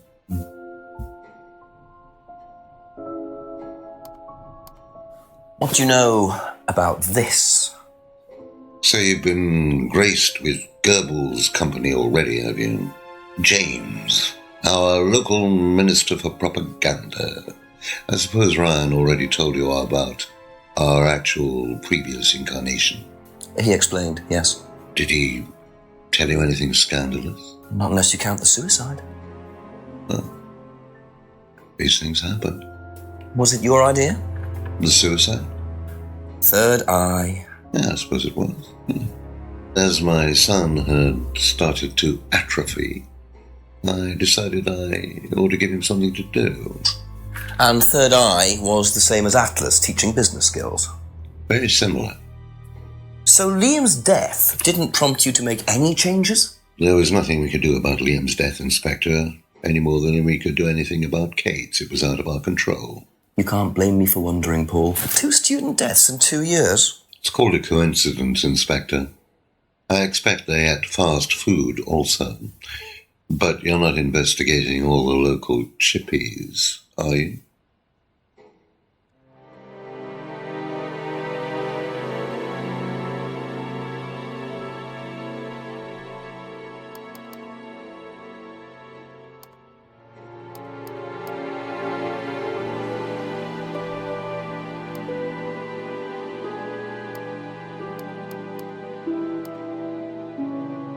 Aha.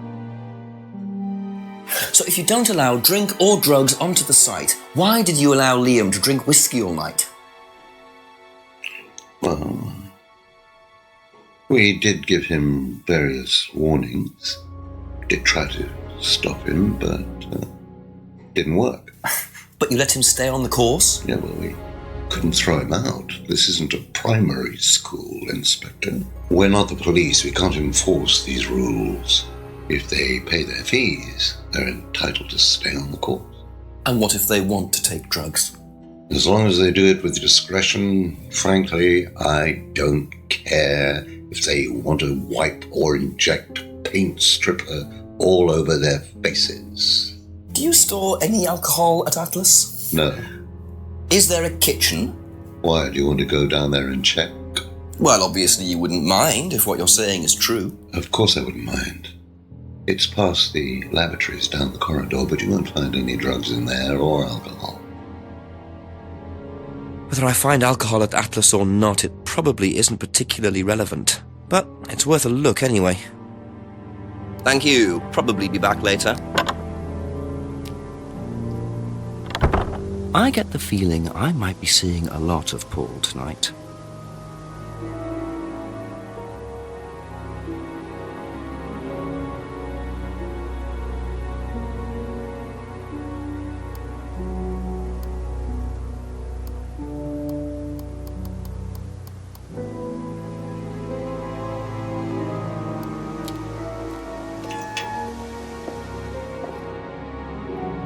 So the kitchen must be down the corridor there, if what Paul said is true.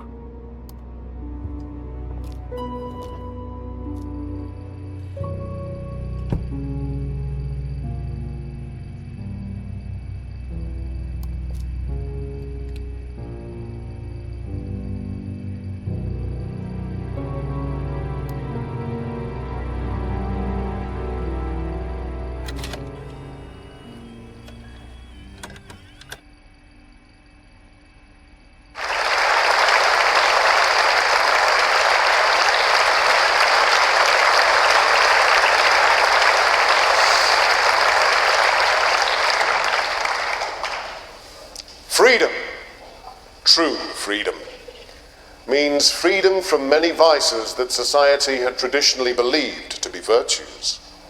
Self-criticism, self-doubt, guilt.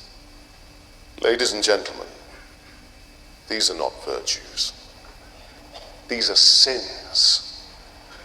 Born of a fake morality implanted deep within our minds and collective consciousness by governments and religions through the ages, with the sole purpose of preventing the masses, stopping us from achieving the same success, happiness, and freedom enjoyed by those at the very pinnacle of society.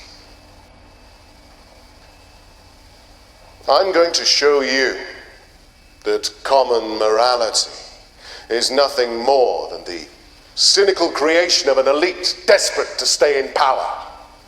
An elite hell-bent on preventing you from reaching your full potential by making you feel guilty for pursuing success.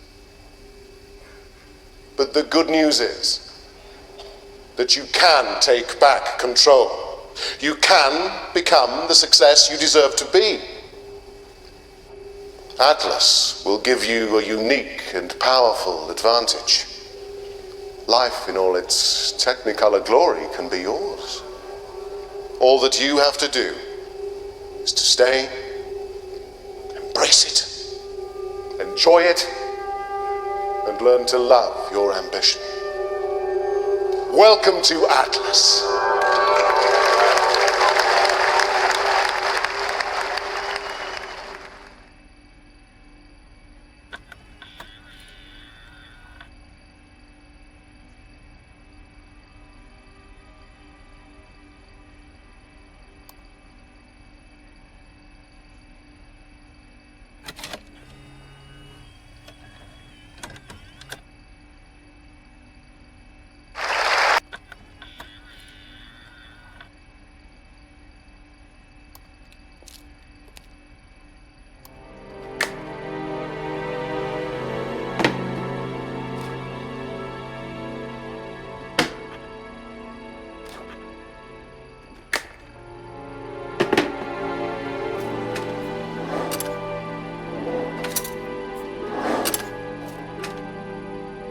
Interesting.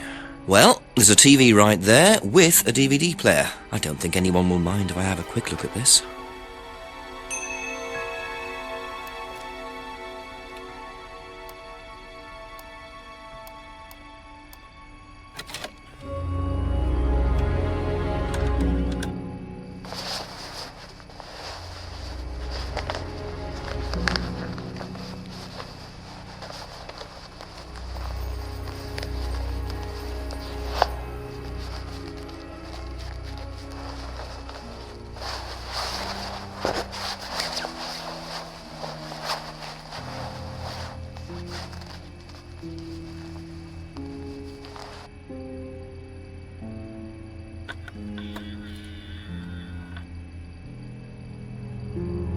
Well, that was odd.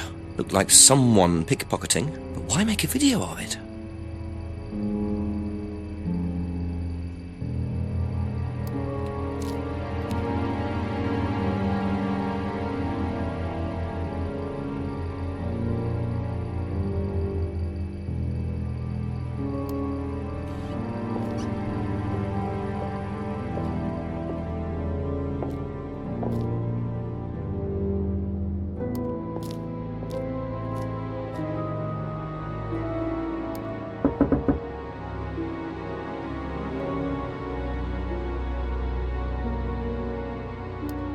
Let yourself go. Feel your soul lifting. Then wait for the moment to break free. Then break free. Excellent, Hannah. Well, Could you come back later, please? what's going on here? Please, leave. Sorry, Ryan, there's a few more questions I have to ask you yet, and time's ticking by. Leave. Okay.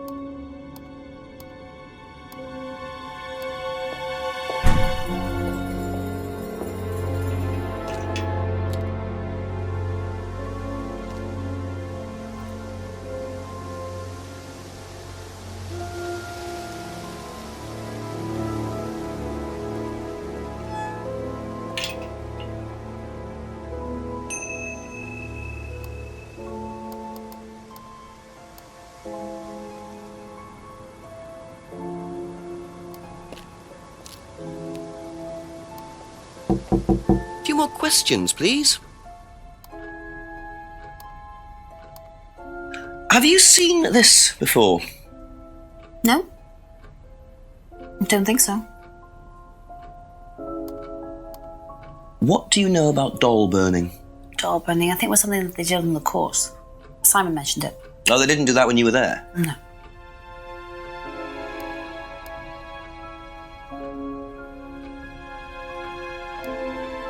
That's all for the moment, thank you.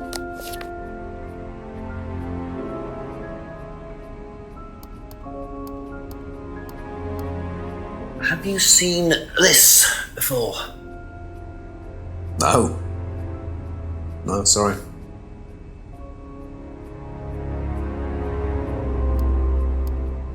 What do you know about doll burning? Not on the course.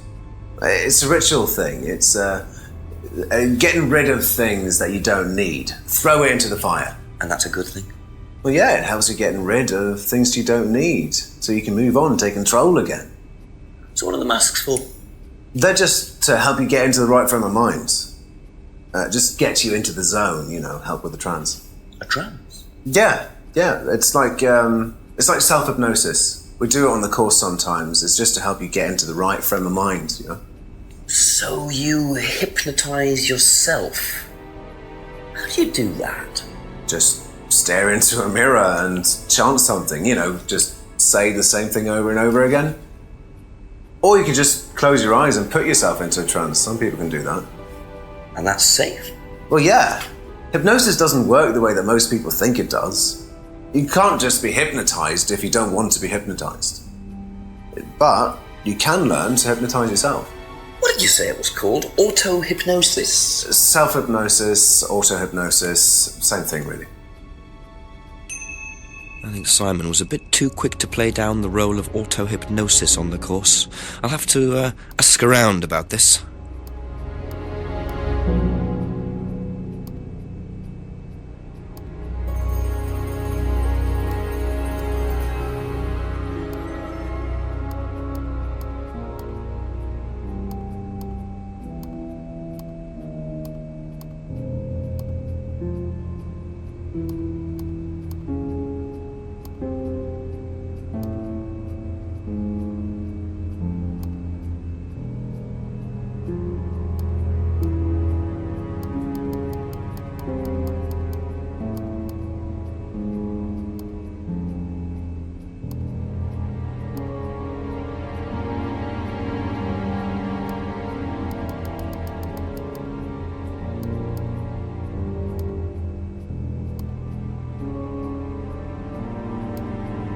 be back later on, if that's okay.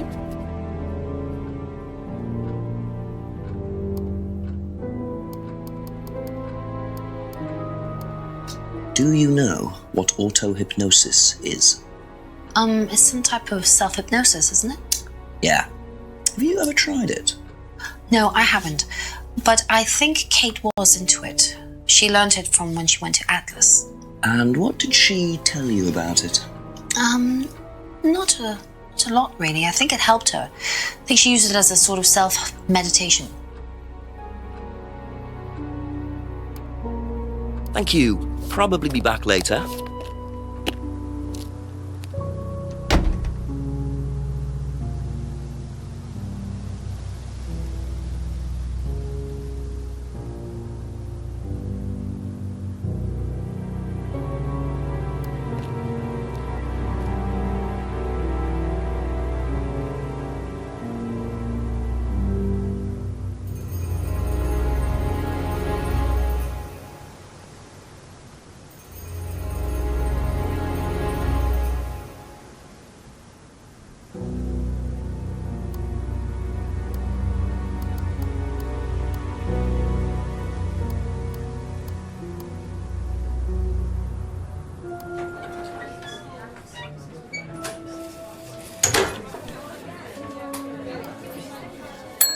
Ask you a couple more things, please. Do you know anything about this? No, sorry. Ask Ryan. What do you know about doll burning at Atlas? Only that it's part of the course. I'm not entirely sure what they're for, but I made dozens for him. You made them? Oh, Ryan can't make anything. He's practically dyspraxic. Do you know anything about hypnosis used on the Atlas course? Are you sure you mean hypnosis or the power of persuasion? What's the difference? Not a lot. But if you want someone to do something, it's usually easier to ask nicely. Atlas used persuasion techniques. Well, don't all businesses use it, Inspector? Ever heard of advertising? That's it for the time being, thank you.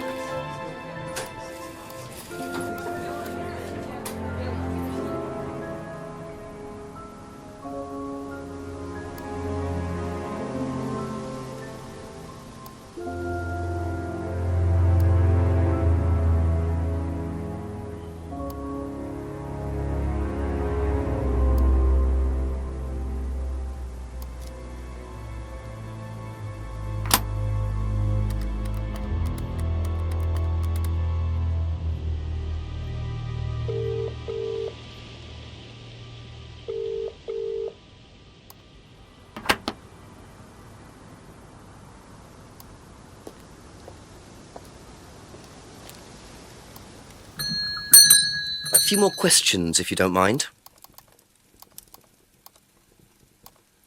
Seen this before? No, what is it? Do you recognise it? No. Should I? What do you know about doll burning? Doll burning? What sort of doll burning? It doesn't mean anything to you. No. Should it? No, that's okay.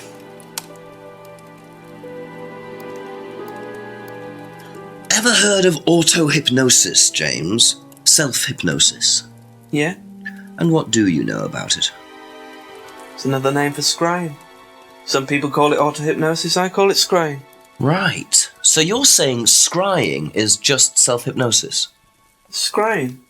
You can scry on anything. I don't use a mirror. I can scry watching the clouds. Maybe the water on a lake in the moonlight. And when you're watching the water, what happens?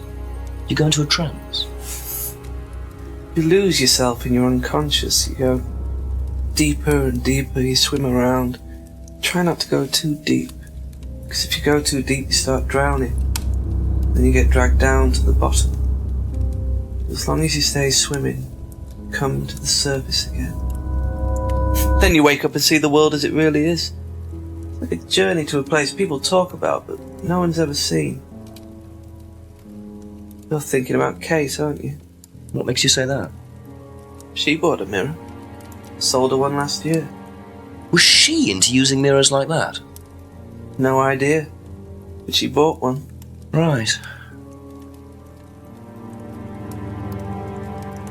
Thank you. Probably be back later.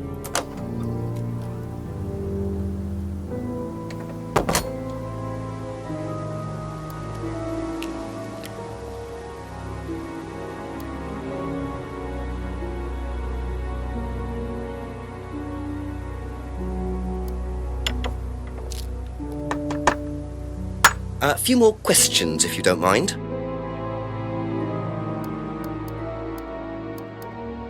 Seen this before?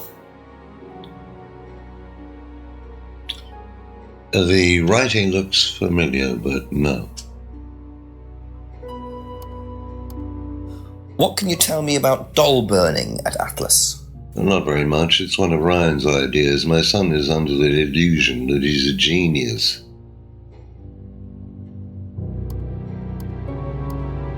Can you tell me more about the auto-hypnosis techniques used on the course? We don't use hypnosis on the course. Not at all? Not anymore. So, how was it used? Hypnosis is probably the wrong word, Inspector. It's nothing to do with the trances or things like that. It was meant to force... to help students. Did you force them? You can't force anybody into being hypnotized. You have to want to be hypnotized. It's not something out of your control. You can't be hurt or damaged in any way by hypnosis. So you've never put pressure on students to enter into hypnosis? It would be impossible to do so. That's all for the moment. Thank you.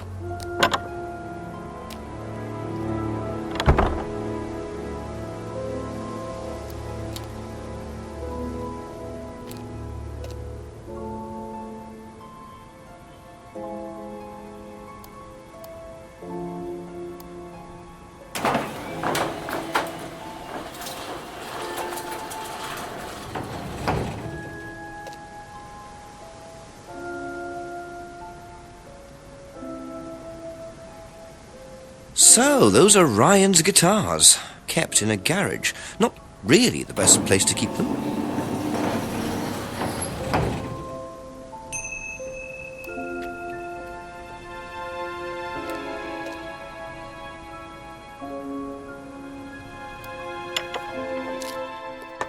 Couple more questions, if that's okay. Does Ryan play the guitar? Ryan couldn't get a tune out of a radio. He's tone deaf. Okay, so he's never tried to go professional? If he did try, it was never going to happen. Be back later on, if that's okay.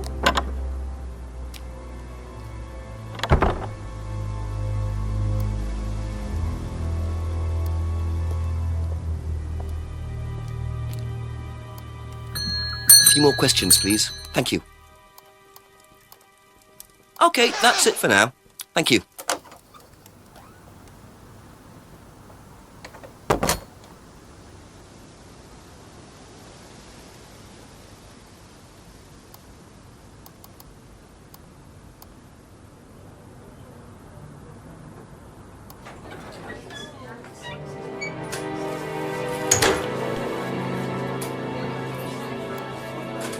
Ask you a couple more things, please.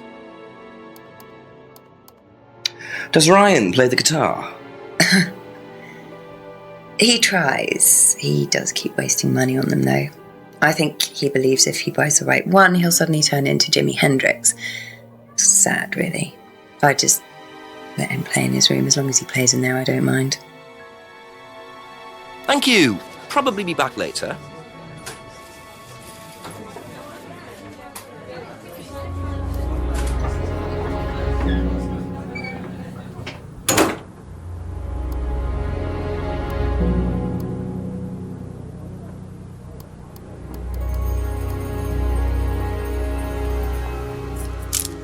Whoa! Whoa!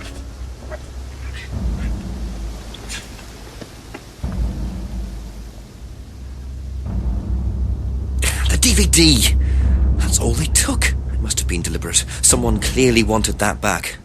Nice and helpful of them to leave a piece of evidence behind, though.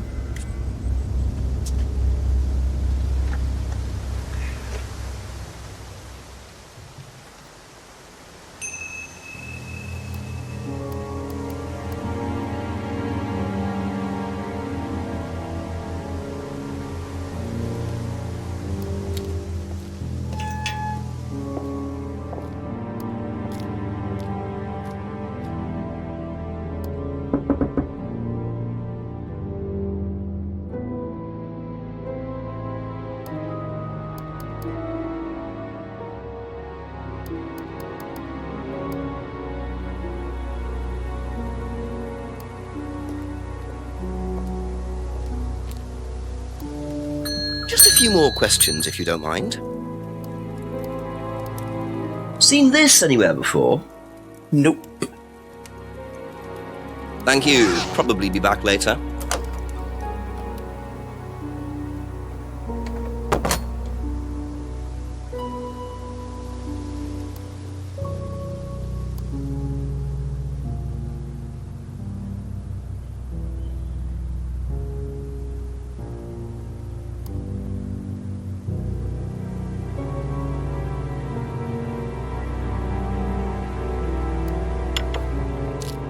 Ask about a few more things, please.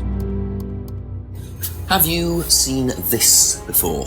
No, I don't think so. You don't recognise the shop? No. Is there someone else who works at Atlas? Someone who may have been there tonight? No. There's a cleaner. Comes at strange times, but then he's a strange boy. Work experience. As a cleaner? Well, we did try him in accounts, but didn't work out. That's all for the moment, thank you.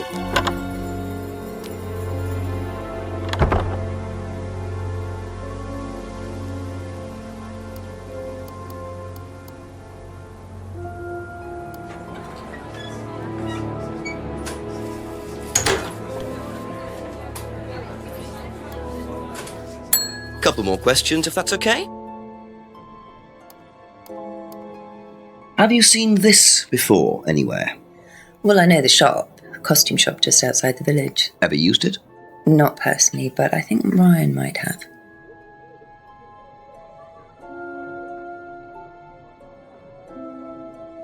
Be back later on, if that's okay.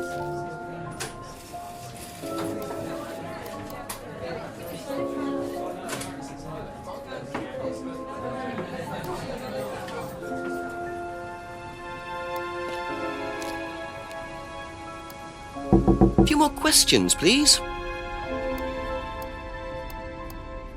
What do you know about Ryan's guitar collection? Not a whole lot. I know he brought a guitar to one of the groups once, at the end of one of the stages. That's the only time I've seen him with a guitar. Seen this? You know the shop? Yeah, I know the shop. I hired something from them last year, I think. This is for a party, I assume. Yeah, something like that. Thank you. Probably be back later. What do you know about Ryan's guitar collection? I know he plays, because he tried to buy one off me. Do you play? I used to. I used to be in a band, but I was a singer as well, so I got away with it. Singer as well? Yeah, I used to sing in a band every night. But sometimes it was in a pub, but usually at Rebecca's. What was that called? It was called Blackstone.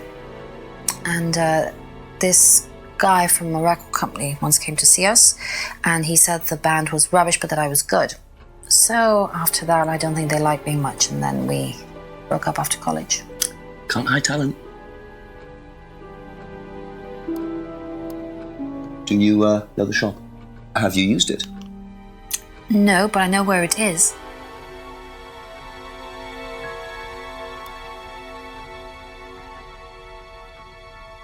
That's it for the time being, thank you.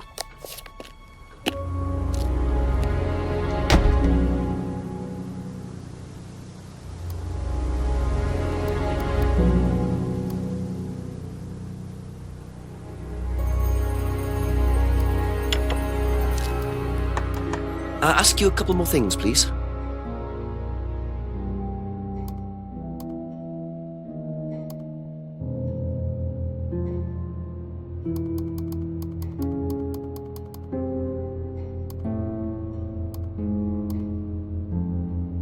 Aha.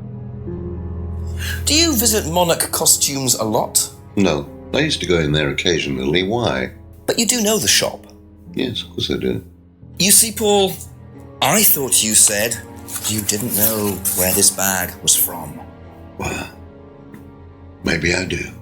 This was used to put over my head, Paul, by a mugger. Would you like to tell me something? Are you suggesting that I had something to do with your mugging? Did you? You really ask the most ridiculous questions. Of course I didn't. So why did you lie about the shop?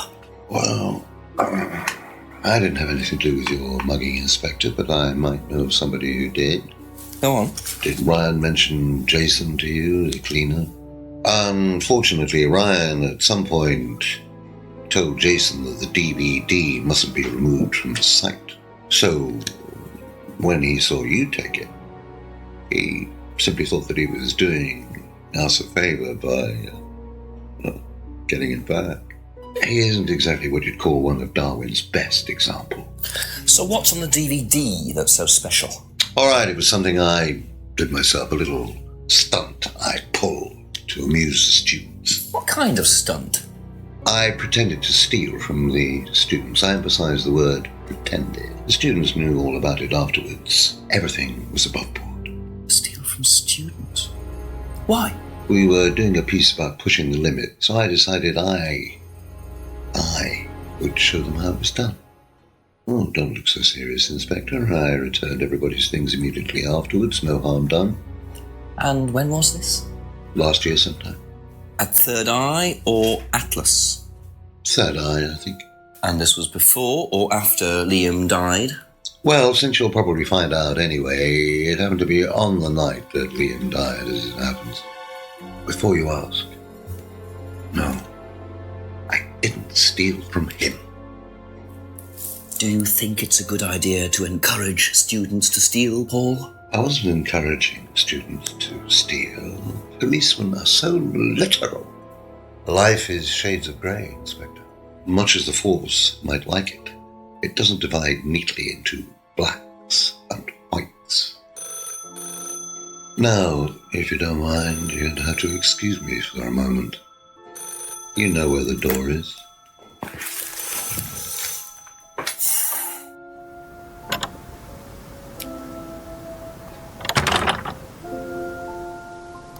I see he was quick enough to claim he didn't steal from Liam. What kind of stunt was that anyway? And Liam dying later the same night? It's just all a bit too suspicious.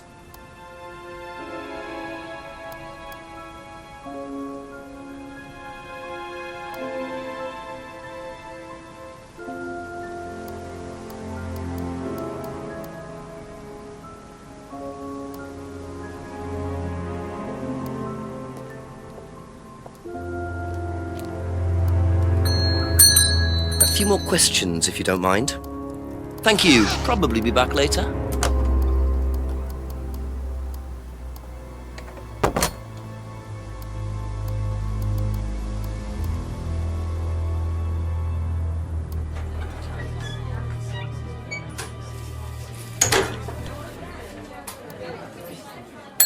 A few more questions, if you don't mind.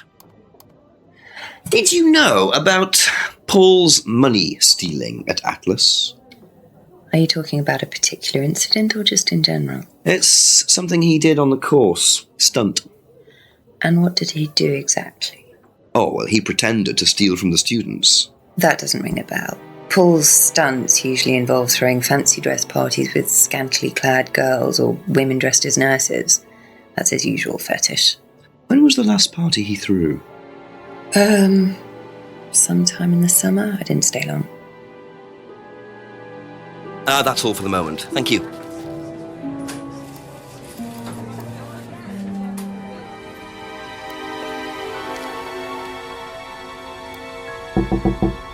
Couple more questions, if that's okay. What do you know about Paul stealing money from students? Part of a stunt or something? What, did he do that? I've never heard about anything like that. No, it might be part of the risk-taking thing, though. Explain that. Well, it's part of the course. You have to do something dangerous or risky, something you wouldn't normally do. Something dangerous? Well, not dangerous, just risky. Like saying something you wouldn't normally say to someone, or doing something unusual. Like stealing from other students? Well, we didn't do anything like that, but you have to tell everyone at the end of the course anyway. And you're not allowed to do anything that would hurt or offend anyone, or you're not allowed to do anything really bad. It's all pretend, really. It seems a bit odd for a business course. It works, though. Be back later on, if that's okay.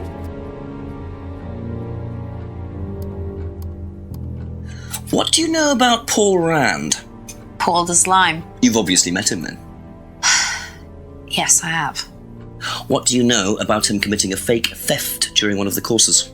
What, about him going through people's bags? Yeah, he tried that thing on me as well, weirdo. So you were at Third Eye? Yes. Yes, I went there for a few months after college and I left because I hated it.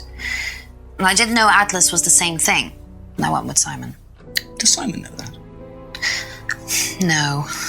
I didn't want to burst his bubble, so I didn't say anything. So he doesn't know you went to Third Eye? No. Ah! So is that where you met Ryan as well? Yep. Right. What didn't you like about the course? Well, it was stupid. They just made you do things to other people and be abusive just to prove that you could, and I absolutely hated it. What sort of things? Oh, just stupid things. Nasty things to prove that you could do it. It was about not feeling guilty. And it was horrible. That's why I left. And is Simon doing all of this stuff now? No, I think they had to stop because it was just getting ridiculous. I think somebody got arrested or something. Very interesting.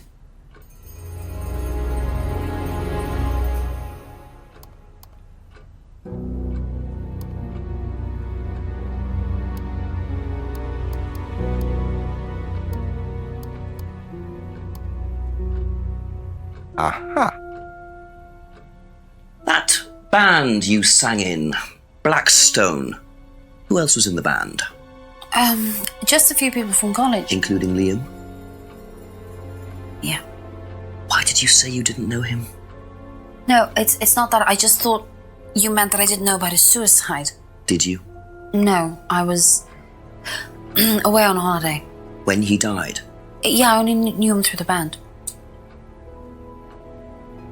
She definitely knows more than she's saying. She was in a band with Liam, but didn't know about his problem? I'm not sure I believe you, Emma.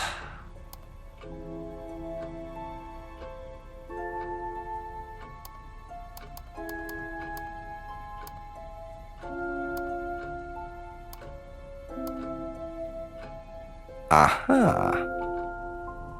So, you witnessed Paul's money-stealing stunt, is that right? Yes. But you weren't there when Liam died? No. Don't quite understand that, you see, because Paul pulled the stunt on the same night. Liam died later that evening. I must have got mixed up. So you don't know anything about Liam's death, even though you were there on that night? No. Emma. I think you better explain, don't you? It was the stupid course, wasn't it? Go on. Well, we were all told to do stupid things and then that thieving thing happened and so... Take a breath, Emma. Liam killed himself because of me. Why?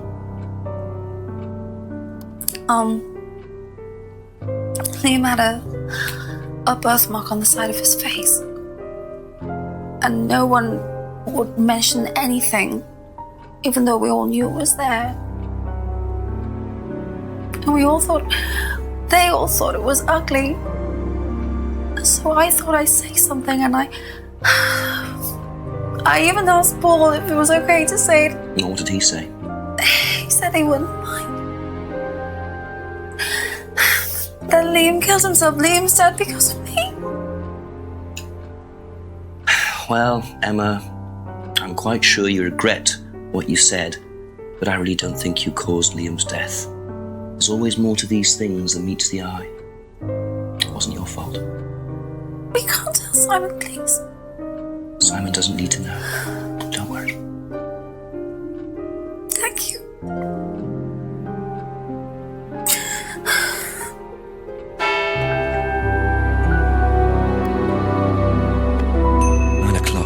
Poor Emma. I suppose it's possible that what she said led to Liam's death, but I really doubt it. I blame the Rands before I blame her.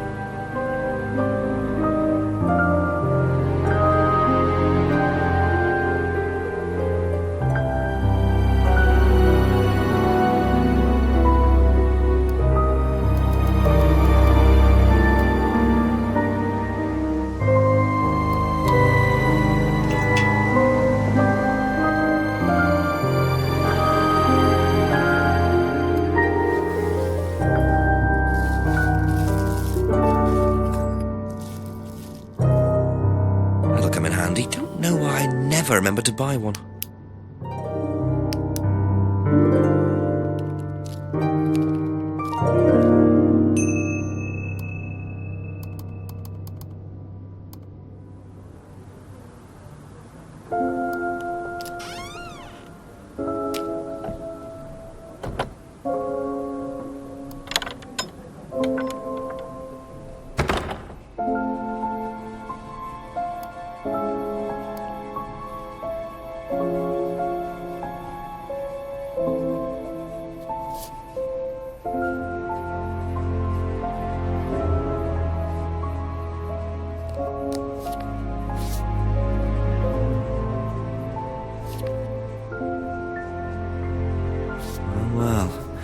The mask symbol again.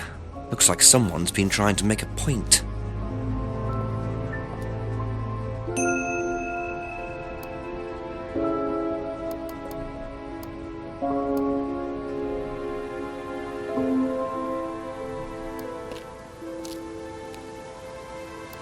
A few more questions, please. Thank you. Have you seen these before?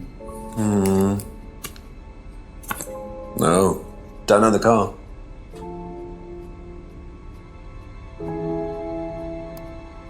Okay, that's it for now. Thank you.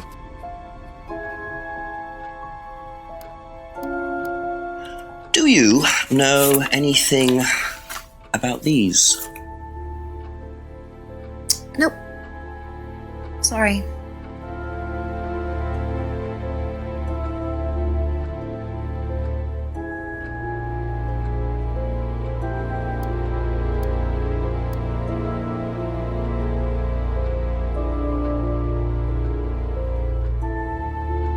Thank you.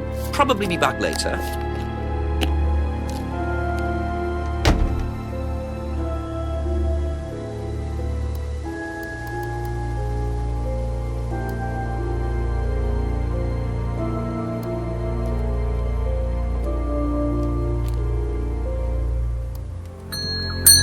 Ask you a couple more things, please.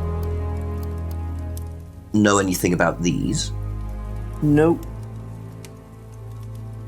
Thank you. Probably be back later.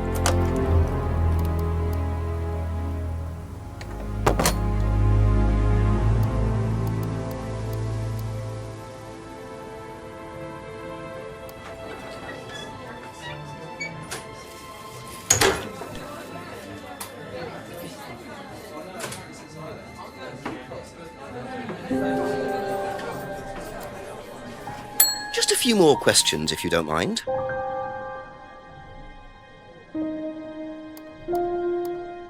Have you ever seen these? It's Ryan's car. It got vandalised last year. His camera had been stolen, so I took pictures. God, whoever did it made a mess, didn't they? But nobody was prosecuted for it. Not that I remember. The insurance paid out, though. That's all for the moment. Thank you.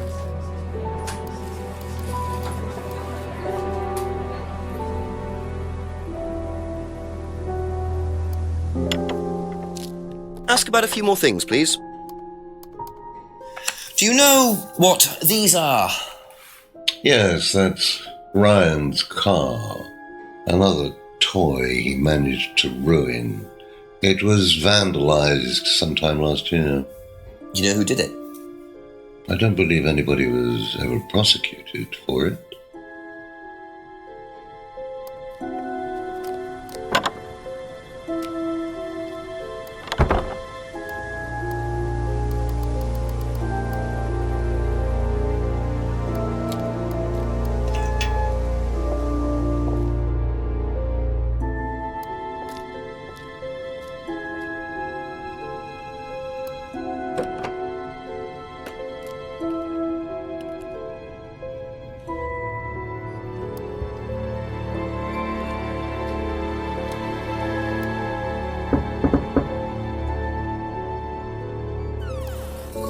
Couple more questions, if that's okay?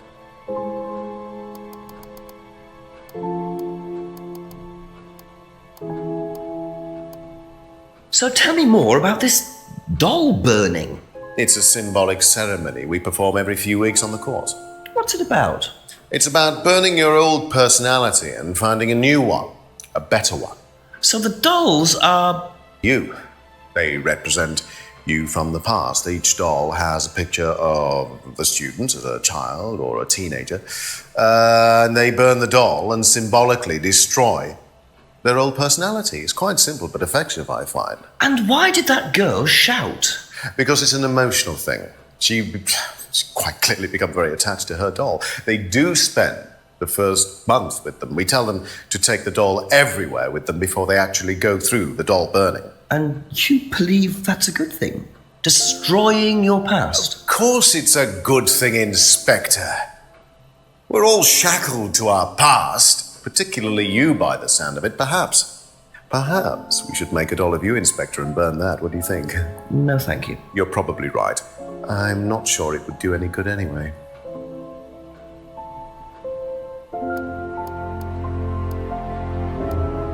Can you tell me about autohypnosis? Well, what would you like to know? Do you use it on the course? We dip into it occasionally, but it's not a major feature of the course. I would say that, well, a minority of the students know how to use it, but the majority wouldn't know, wouldn't have a clue. It's not a requirement of the course? No, not at all. We don't ask people to do things that they're not comfortable with. There's no bribery, no coercion. We're thinking about phasing auto-hypnosis out, actually. What's the reason for that? Well, to be perfectly honest with you, Inspector, it doesn't actually work very well. I didn't realise you were a musician. Oh, well, I'm not really a musician. I mean, I dabble a little bit. To be quite honest with you, I'm far more interested in collecting guitars. You're not in a band? Well, I did audition. I did audition a few years ago. When I say a few years ago, of course, I mean about 20 years ago. Doesn't time fly? What band was that? Oh, I can't remember. Something Stone. Aren't they all called something Stone? Hammerstone. That's it. And you still collect? I haven't bought a guitar for over a year. I feel I've moved on. Do you know what this is? Well, I think it's a bag. Is it a bag, Inspector? The shop. Oh, yes, the costume shop. Yes, we used to hire from them. For the course? Well, yes. For the course, at the end of each stage, we have a little party and we ask students to dress up or try acting out being somebody new, their new selves, as it were. Could you explain a bit more? New selves? One of the main elements of the course is learning how to act, how to be whoever you need to be in any given situation. I think you'll agree, Inspector, that business is about being the right person in the right situation at the right time. What it does, it helps them to detach themselves, become somebody new, pretend, you know that kind of thing. It's surprising what a little bit of cross-dressing can do for you, Inspector. You should try it. Not at this stage.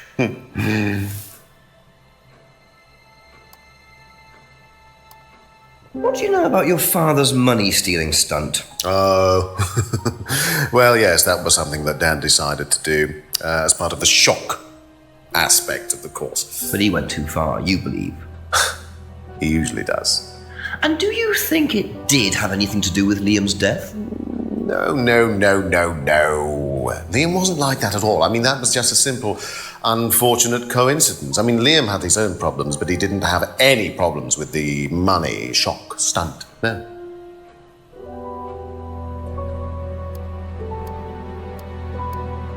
What do you know about Emma Bowman criticising Liam before his suicide? I was there. I witnessed it. Well, I know Emma blamed herself for his death. Did she? Well, she was upset and all of that, but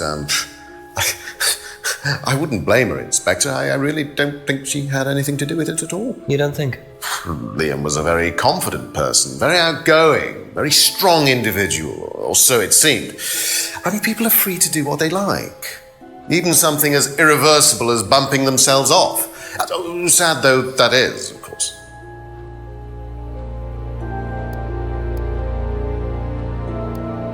Do you know what these are? Oh yes, that's my old car. It was vandalised. I took those for the insurance company. Where did you find those? At the pub. You know who did this? Yes. A girl called Lisa Blint. She was on the course, very strange girl. And why did she write the words devil worshippers all over your car? Well, she was a very strange girl. She had a lot of psychological problems. I'm not entirely sure, Inspector. I mean, she took a dislike to the course for some particular reason. I couldn't quite put my finger on it. And she asked for a refund. I declined. And she decided to spray her disapproval all over my car. Odd thing to spray, isn't it, though? Devil worshippers? Well, she was a very odd girl, Inspector. Maybe she thought it was a way of getting back at us. I have no idea. Did Rebecca know about it? Well, yes, she did, but I wasn't about to unleash Rebecca on her. She can be quite fierce sometimes, you know. And I mean, the girl wasn't vindictive. She had psychological problems. She lives in the village, actually. The run-down house at the end of the lane. Can't miss it. Really? Right, thank you. Be back later on, if that's okay.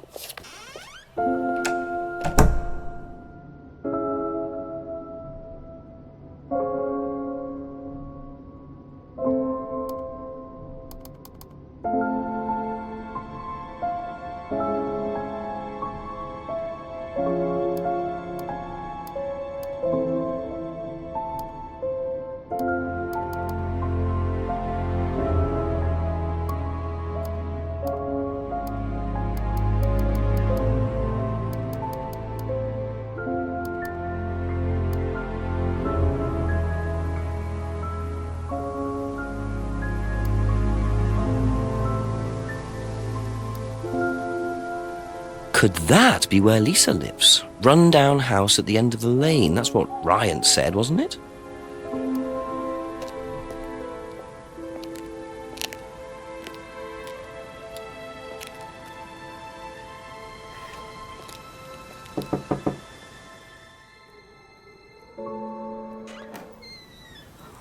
Is it Lisa? Yes. Inspector Jenks, I'm investigating an incident in the village. I wonder if I could ask you a few questions. What sort of incident? I'd rather come in and discuss it if that's all right with you. I promise I won't take long. Thank you. I'll just go in here, yes? I have to go out in a minute. Oh, look, I can come back later. I might not be here. What did you want to ask? I just wanted to ask you, did you know Kate Vine? No. Right. Well, I heard that you're familiar with Atlas, the life skills training company. What do you want to know about Atlas? Well, I heard you reacted badly to it. Of course I reacted badly. So would anyone. Now, why do you say that? Because they're devil worshippers. Devil worshippers? They're making demons appear. They're tricking everybody. They're getting people to join up, then they're putting demons inside them. You can see them. See who? Demons. Where could you see them? In the mirrors. At Atlas? Any mirror. You can't get rid of them. They stay inside you. So, How did you get rid of them? I didn't. You still see them?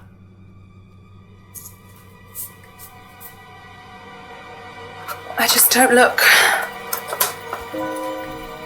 I put all the lights on. I make sure it's all bright. I put them on when I need to look in the mirror.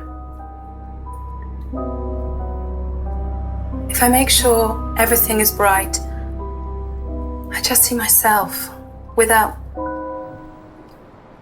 seeing the other person. Who is the other person?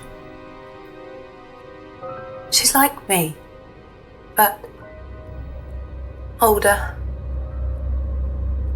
It's like her eyes sink in. She's all wrinkled, with a wrinkled mouth, like she's dying. And then I realise I'm her. I'm not me anymore. I'm her.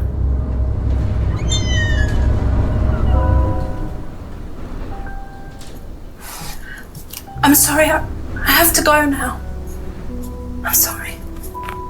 I'm sorry.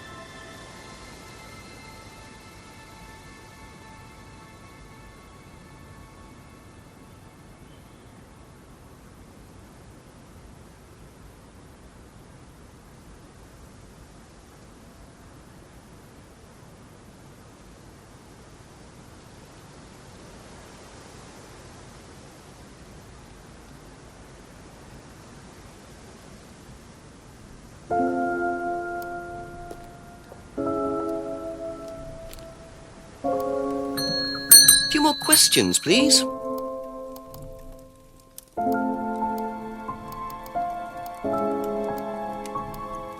Do you know anyone who is interested in or involved with devil worship? Have you met Lisa? Which Lisa are you talking about? Mad Lisa. Lives on her own, doesn't like mirrors. Yeah, I've met her. You think she's mad? You can't look at yourself in the mirror without seeing ghosts. You've got problems, don't you think? How do you know her? She came to the farm for some eggs a couple of times. Got talking to her once, that's all. And what did she tell you? Nothing much. Except she thought the devil was after her. What did you tell her? Told her the devil needs a good reason to be after you. She was just like most people, really, blind to herself, except she was more extreme. That's all madness is. Being blind to yourself.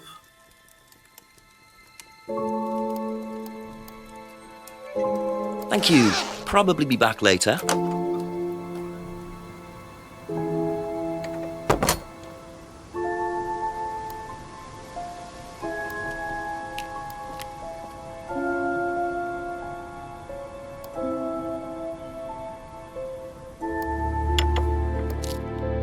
Ask you a couple more things, please. Do you think Emma's criticism of Liam on that last night led to his suicide? I doubt it helped. Did you encourage Emma to criticize him? I didn't encourage Emma to do anything. I merely told her what we tell every student to do, to express themselves as they want to. It would be out of order to criticize them after that, wouldn't it? However, I didn't expect her to criticize his birthmark, if that's what it was. That's a decision she took herself. So you didn't know her well? No, not at all.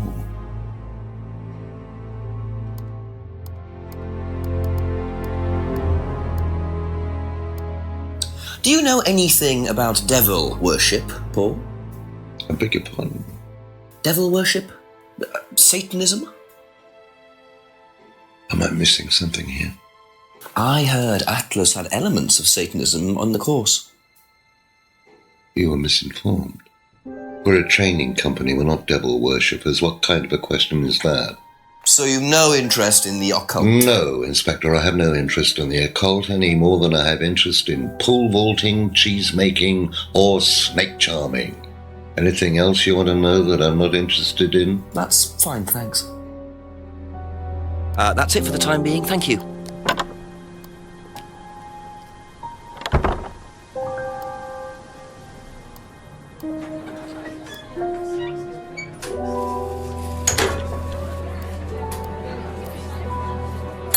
A few more questions, if you don't mind.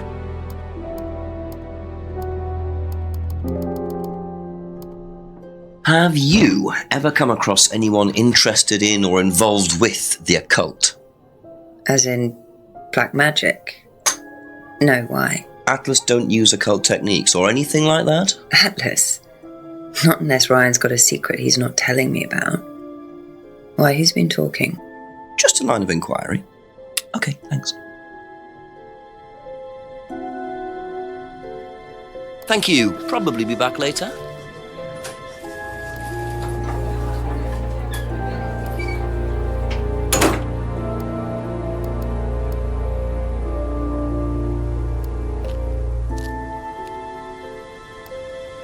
A few more questions, if you don't mind.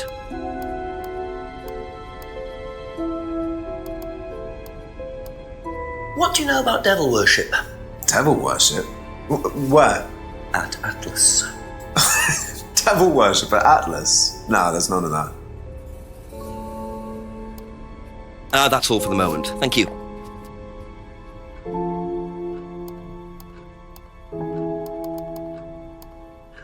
Have you ever heard about there being devil worship at Atlas? Devil worship? No. Definitely not. Who said that? It's just something I heard. Okay, thanks. Be back later on, if that's okay.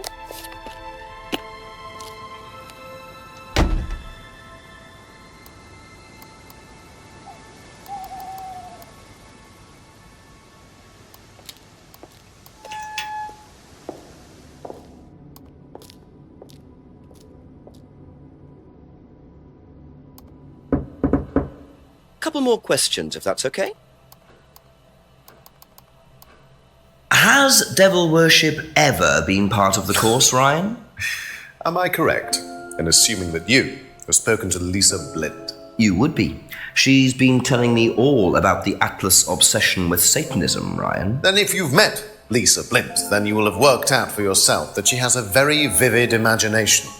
She also has psychological problems, diagnosed psychological problems, as a matter of fact. So where did she get the idea that you lot were, devil worshippers? I really have no idea. The girl is insane. She's frightened of her own shadow, bless her. She actually thinks that demons are possessing her even now. You really can't trust a word she says. So you are saying there has never been any devil worship at Atlas? I don't even know what devil worship is, Inspector. It's not something I particularly know anything about. I certainly don't recall anyone ever having worshipped the devil at Atlas. We even tried to help the poor girl by paying for some treatment, but she didn't want it. Really? It's not easy to offer someone help when they think that you're the problem.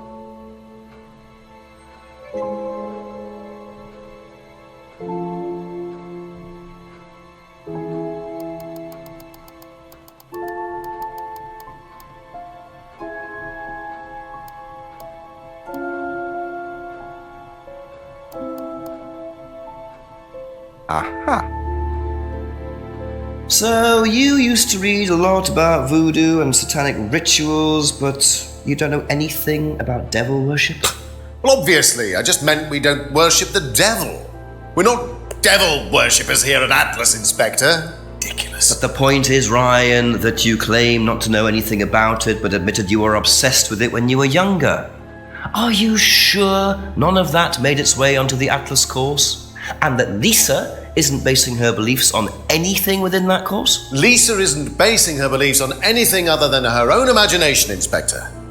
Look, we do use some techniques that some students find difficult, disturbing. We encourage them to see things differently, that's all. And some people simply aren't up to that. Some people, like Lisa, that's why we introduced the aptitude test. What's the aptitude test? This.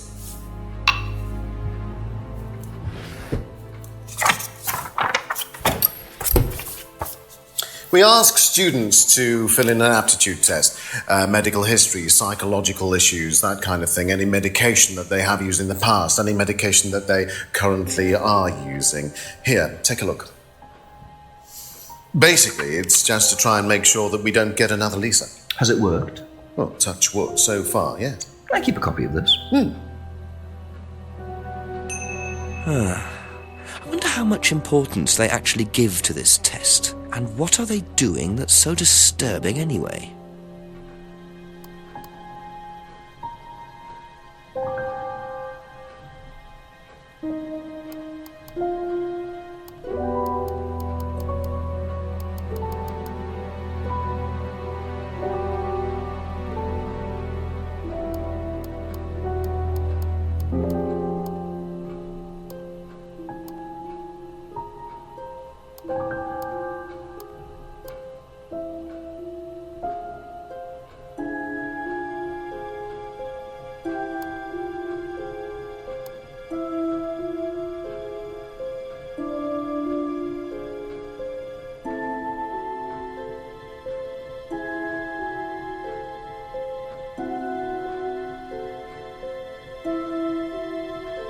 Okay, that's it for now.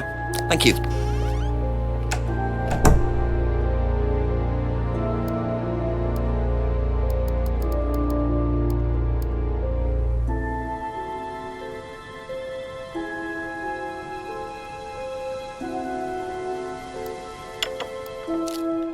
A few more questions, please. Thank you.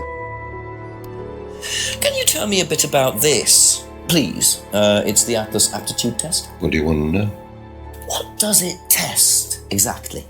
It's a test we introduced to make sure that any students didn't have any major personality problems, skeletons in the cupboard, so to speak.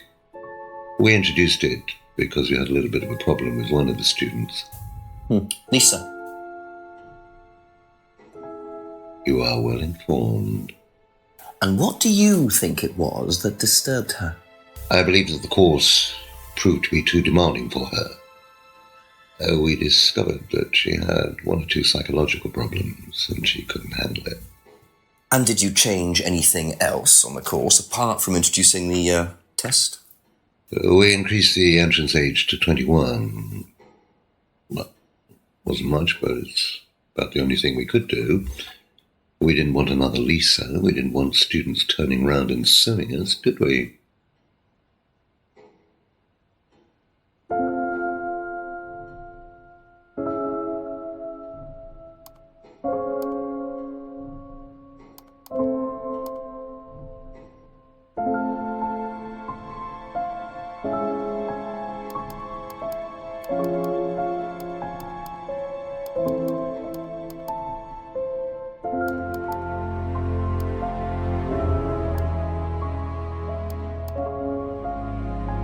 Aha. You say you didn't know Emma, yet you bought her a freedom necklace. I don't remember saying anything about buying Emma a necklace. So you didn't buy her one? So you did buy her one. So that means you must have known her, and quite well too. Stop making such a big thing about this, Inspector. Look, I've been around a few years. The clock is ticking, and I admit I have an embarrassing weakness for attractive women. It was a stupid mistake, but that's all it was. So you're saying You tried it on with her. No, I didn't try it on. I bought her a necklace. I'm not aware that there's a law against buying presents unless, of course, the Third Reich has been elected while I was at a bridge party. Emma was old enough to make decisions for herself. And as a matter of fact, she decided that she didn't want to be bothered with an old fool like me. So nothing happened, no mistakes, nobody got hurt. All right. Like father, like son. No surprises there. I wonder how many students Paul has tried it on with.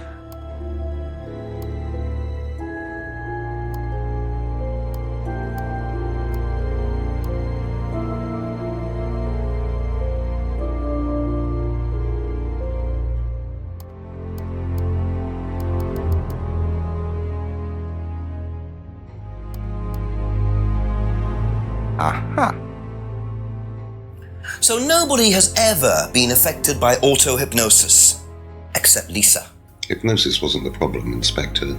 Lisa was the problem with Lisa. That's why we introduced the test. But the hypnosis was the trigger, wasn't it? Lisa arrived on the course believing we were all devil worshippers. She was nuts to start with. We didn't make her like that. Well, as far as I can tell, Paul, you've had one student accuse you of devil worship and 2 others commit suicide. Some of your students aren't having a very good time on this course, are they? Nonsense. Kate was enjoying every minute of it. She couldn't get enough of it. Really? She was full of the joys of life. Bubbly, confident, flirty. With who? You mean with whom? With whom? Pretty much everybody. Including me, as I remember. Really? And, did you respond? I don't get into relationships with students, Inspector. Company policy. It's not professional. Interesting admission that Kate flirted with him. There's no way Paul would have turned down an opportunity like that.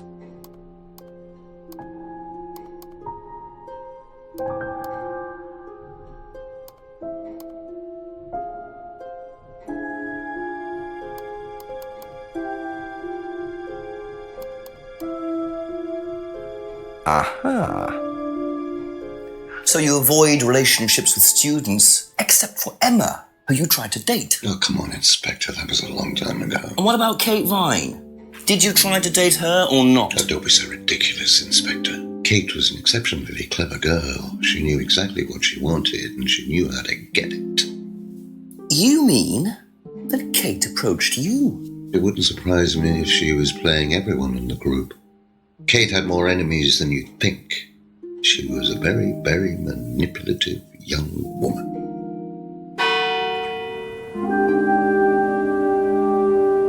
O'clock, it's getting late.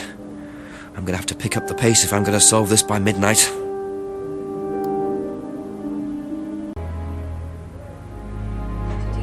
him about Simon. I really don't think it's my place, darling. It is your place here. I just don't want to tell tales. Tell him about Simon. You know what happens when you don't come upstairs. So it's going to be that kind of evening, is it? You should play the cards, right? Only if you deal. Problems? Hello, Inspector. See you later.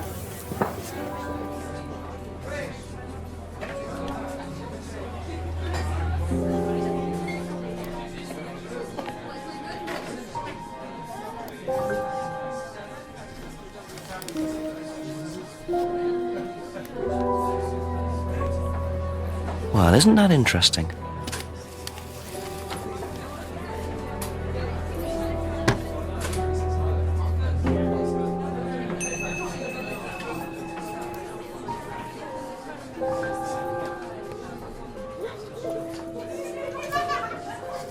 Ask you a couple more things, please. The cupboard downstairs, there's a lot of unopened stuff in it. Is there? Prescriptions. Made out to you. Oh, they're just spare painkillers. The chemist always gives us too many. He's a friend of the family.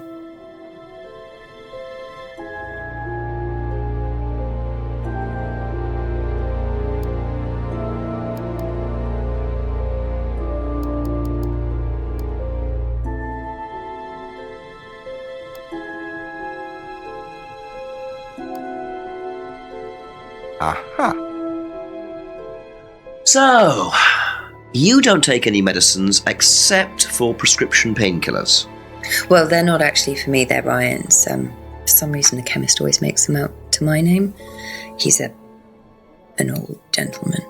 Does Ryan need prescription painkillers? Yes, he's got arthritis. Really? He's young to suffer from that, isn't he?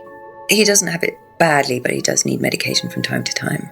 What medicine is it? I couldn't tell you, to be honest. Ryan will know. So Ryan's the one using the prescriptions. I think I might have a word with him, work out exactly what this medicine is. Thank you. Probably be back later.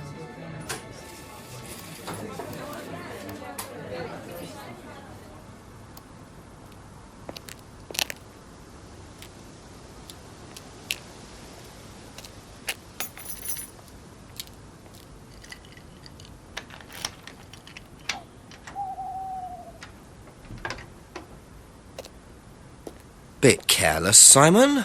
Probably nothing important, but at this stage, I need all the clues I can get.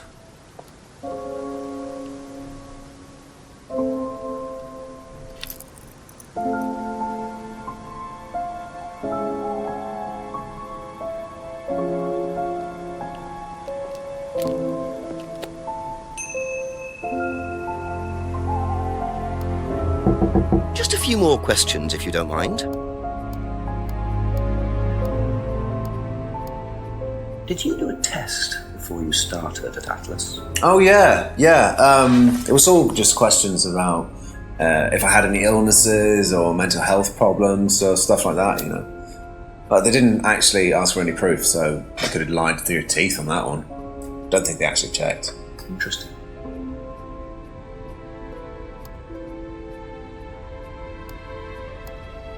Did you know about Ryan's arthritis? Ryan? He's got arthritis? Apparently. Oh, I didn't know. I hadn't noticed he had any problems. I think you dropped this outside. Someone you know. Oh, this is just from some IT guy I met. I don't need it. Enough. I noticed some numbers on the back. Do you need these? I don't know. What is it? 1905? Oh, yeah, that's just a pin for something. It's okay, I can remember it. So not an offshore savings account or anything? No, it's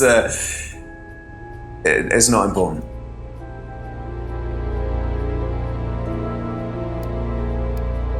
Is this yours? Yeah. That's from my keys. Where did you find it? Just outside. Right. Oh, it must have come off when Nathan dropped my keys off. He was borrowing my car. That's very trusting. Yeah, I suppose it is. I am a bit too trusting, really. It's a new car as well.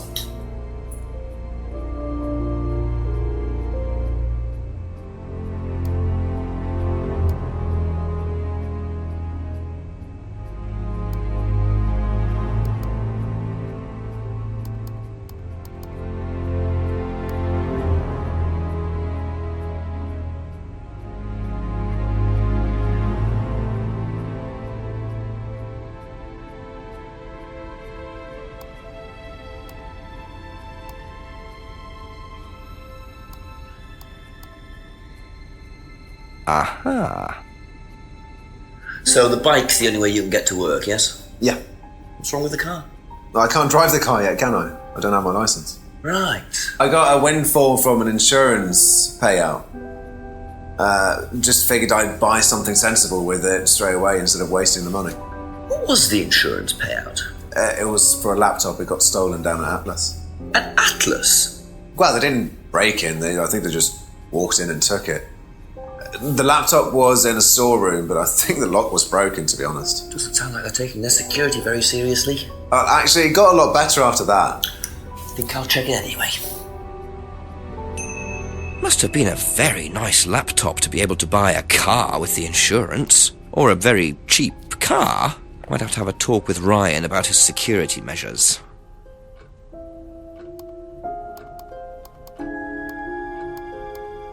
Have you seen one of these before?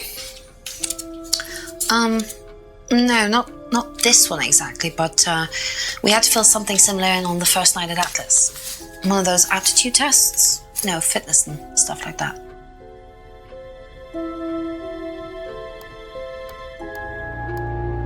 Did you know about Ryan Rands' arthritis? Arthritis? I didn't think Ryan had arthritis.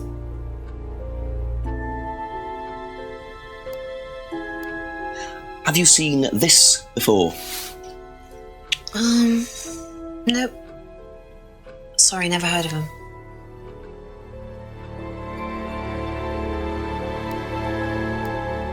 And what do you know about this? This is Simon's. I bought this for him when we were on holiday. Has he lost it? He dropped it. He can't keep anything.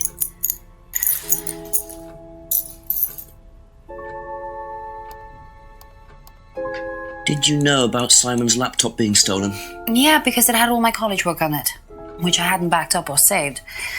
Not that it mattered much, but I did buy a new one. And Simon uses it now, when I let him.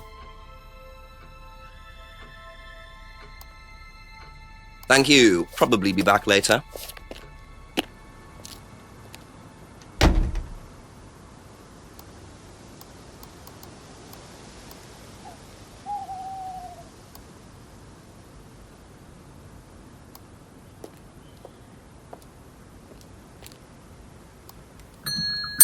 Ask about a few more things, please.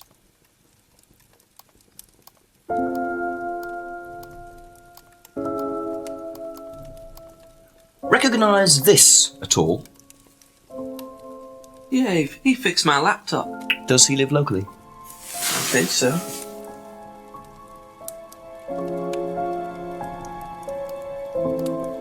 Seen this before? Don't think so. That's all for the moment, thank you.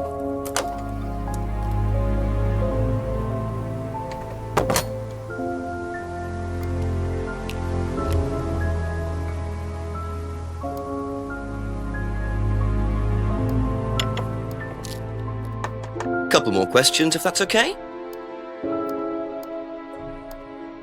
When did Ryan begin to suffer from arthritis? Ryan doesn't suffer from arthritis.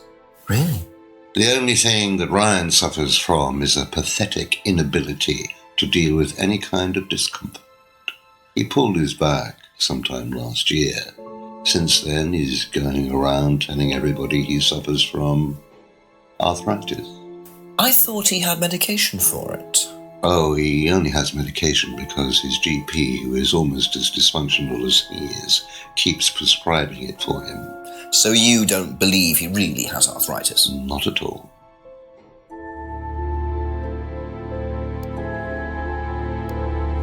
Do you know who this is? Dean Hayfield, Aztec. Sorry, never heard of him. We have some prisoner of a sort who does our IT. Large guy. No manners.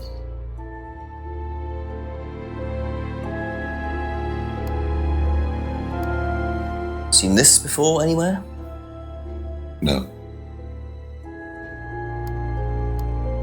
And what do you know about Simon's laptop being stolen from Atlas? No, I wasn't happy about it. What did you do about it? Ryan paid a con man to install a complicated CCTV system at twice the price that it would probably have cost. Seemed to do the trick, though. We haven't had a theft since. Be back later on, if that's okay.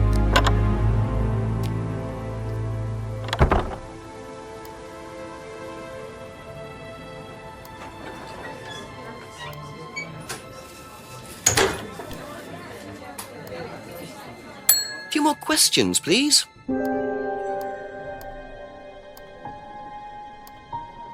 Have you seen this before? No. Do you know anything about this? No, sorry. Thank you. Probably be back later.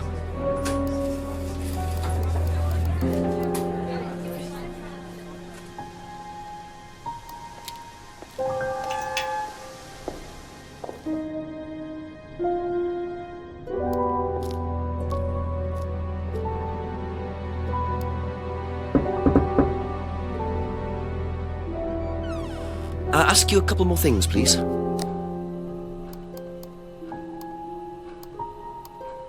Do you know what the medicine in the cupboard at the pub is for? You'd better ask Rebecca about that. I'm not exactly sure what's in there.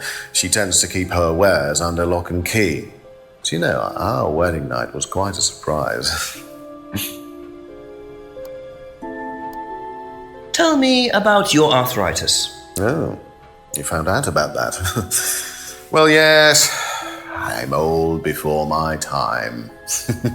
It's very unlucky to have it so young. Well, I take a lot from life, Inspector, and sometimes life likes to give you a little bit back. I mean, it's not too bad, it's not too debilitating. It's mainly some in my right hand, some in my left hand. It's not particularly a problem. Makes it difficult to hold small things, though. What do you take for it? I get a prescription painkiller. How often do you need that? Not often, as and when. I keep some here, I keep some at home. It's not a problem.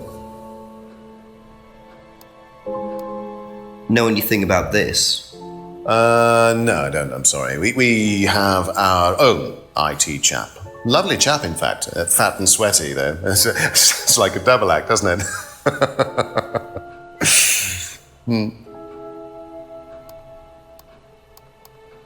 Have you seen this before?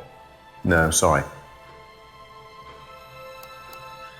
Were you at Atlas when Simon's laptop was stolen? Oh, I believe I was, yes. It was taken from the storeroom in the hallway. Was it ever recovered? No, we didn't catch anyone. We're quite exposed out here. Somebody could just have wandered along the lane, seen into the storeroom. It's not particularly secure. They could have been in and out within minutes.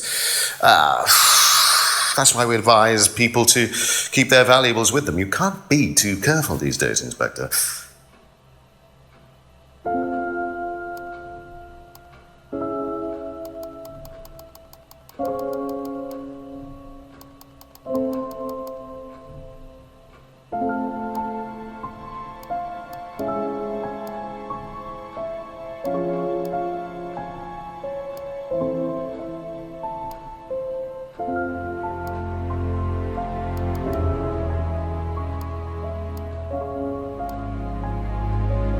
Aha. So, you don't keep any medicines on site at Atlas? No. Except your prescription painkillers? Well, these are not available to the students. But they are kept on site? Yes, but they're locked away. They're kept in the storeroom. Nobody would have access. You're sure about that? Absolutely sure. And what are the painkillers, Ryan? Painkillers. Just painkillers. Normal painkillers. Paracetamol, codeine, morphine. Well, all right, they're morphine tablets, yes. Oh, really? Oh, come on, Inspector. I know what you're thinking, but there's no way Kate could have had access to them. Because they're in the storeroom? Well, not just that. She wouldn't have even known about them, or where they were. Sure about that? Yes. So it is morphine Ryan's taking. The pieces are starting to come together. Now I just have to work out how Kate got hold of it. If it was Ryan's morphine she got hold of course.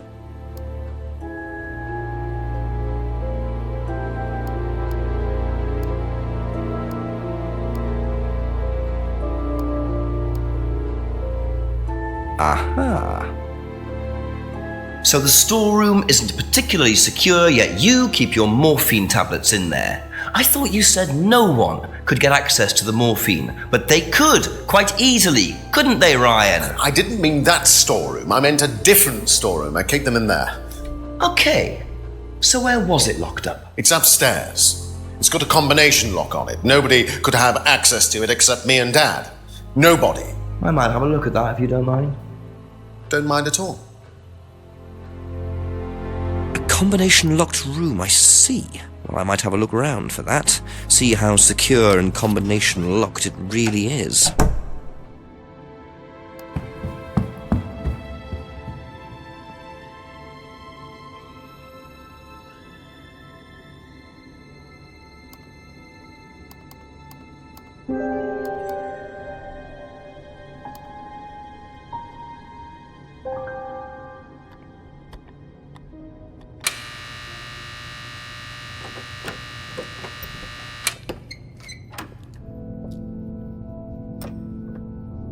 Welcome to the Mirror Room. This exercise is all about identifying the difference between the image one presents to the world and one's real self, which lies deep in our unconscious. As you move through the network of mirrors, practice seeing yourself as a stranger. The more you separate from your persona, the more aware you will become of your true desires and ambitions. Chant with us. I am free from my image.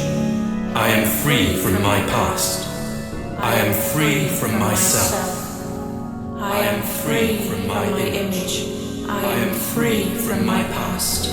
I am free from myself. I am free from my image. I am free from my past. I am free from myself. This exercise involves the use of liberation masks. You have now completed Module 1. Module 2 covers boundary testing, threshold testing, and extreme testing. Please read the notes carefully before attempting the module.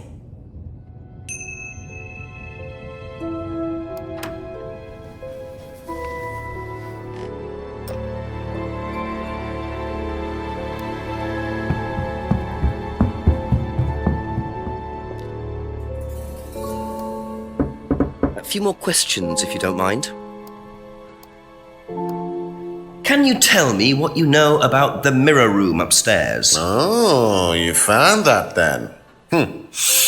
Well, it's very similar to the costumes, Inspector. It's designed to help the students look at themselves differently. And what do you do with the mirrors? You look at yourself, Inspector. You look at yourself until you start seeing yourself as others do. And you don't see yourself as you do anymore. It really, the idea is that you can see yourself eventually any way you wish. So why in a locked room? To make sure you're not distracted, that's all. How often is it used? Not often, a few times a month. Some students find it useful, some don't. That's it for the time being, thank you.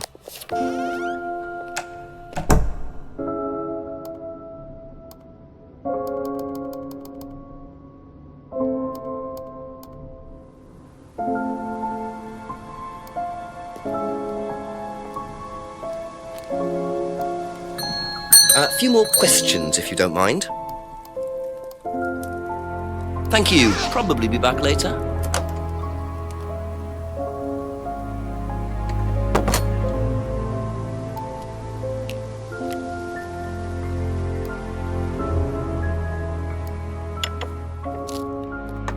Couple more questions, if that's okay. Can you tell me about the room with the mirrors at Atlas? The one with the combination lock? How did you get in there? I was given the code for the combination. By right? Well, nobody else is allowed to know the code, are they? And not in theory. So how's the room used on the course, then? It's a meditation room where the students can reflect on themselves, literally. And what about the CD? Well, that helps too. It's part of the program. So you send the students into the room, they put the CD on, they stare into the mirrors. And how long does this last for? Until the CD finishes or they fall asleep. What else would you like to know? That's all for the moment. Thank you.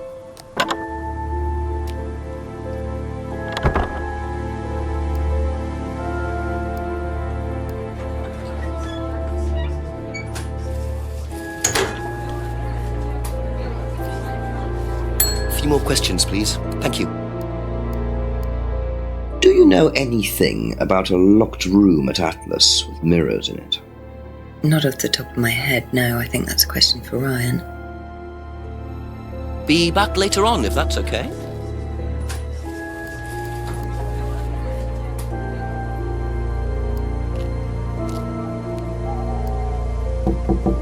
Ask you a couple more things, please. Do you know about the mirror room at Atlas? Mirror room? No, I heard about it, but I think it was only for the students later on in the course. Something like that. Okay, that's it for now. Thank you.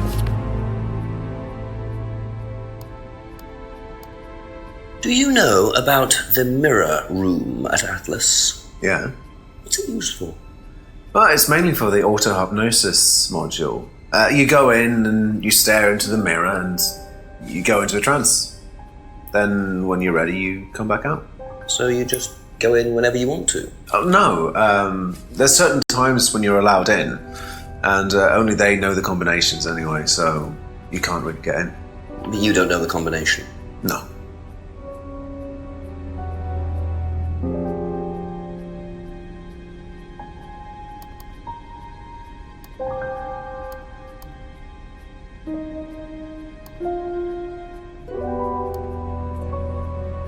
Aha. So you didn't know the combination to the locked mirror room? Nope. Except you'd written it down, hadn't you? This is the combination to the mirror room, Simon, that you wrote. It isn't a pin, it's a combination. Yeah. You see, this sort of thing makes me suspicious, Simon. What were you doing in there that you didn't want anyone, including me, to find out? It's just part of the course, isn't it? I just wanted to go in there when I was ready. On your own? You didn't give the number to anyone else? No.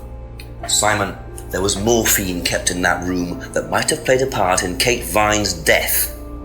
Did Kate have the number? Yes, okay. We both went in. Together? We were trying to outdo each other. We both tried some morphine. What do you mean trying to outdo each other? It's part of the course. To see how far you can push yourself. To see if you could do something you wouldn't normally do. When was this? A few months ago. How often did you try it? Only that once. I'd never do it again. How about Kate? I don't know. Sorry.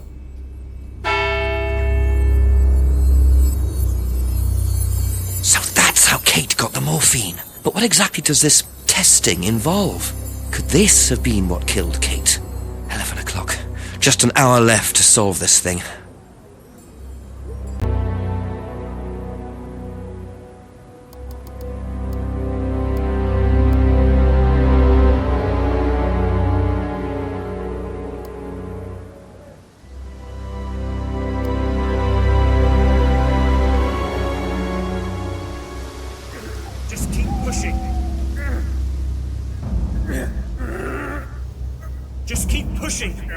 Keep pushing! You can push it all the way in, Tom, if you want to. Excellent, Tom. Excuse me. Would someone care to tell me exactly what's going on here? Don't come any closer. That man needs a doctor. No, he doesn't. I don't need a doctor. I'm fine. Go away. What is this? A test. Of what? What does it look like? It's a threshold test. A pain threshold test. I thought, you were supposed to be good at working things out. Inspector Jenks. And so this would be for Atlas, would it? Kyle? You disappear now. It's not a good idea to talk to a police inspector like that. Do you want me to make you? It's okay, Tom. Mr. Jenks won't be bothering us anymore. Don't make any rash commitments.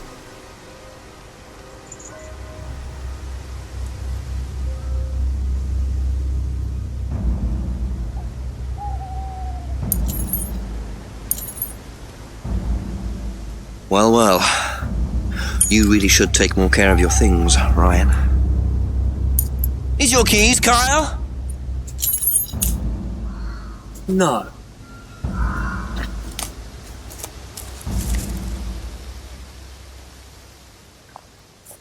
So that's threshold testing, is it? Sticking a skewer through your hand? I could just ask Ryan or Paul directly about this, but I think I'll bide my time. See what I can do with this key fob first.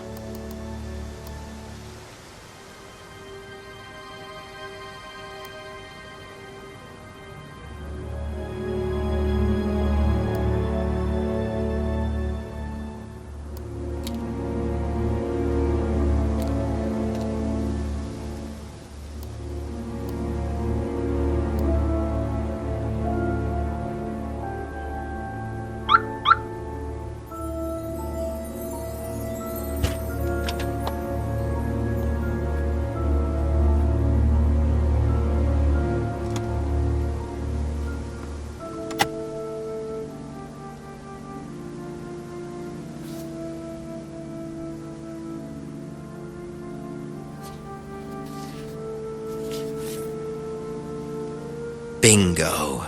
Well, Ryan, what have you been up to? Be very interesting to see how he explains this one.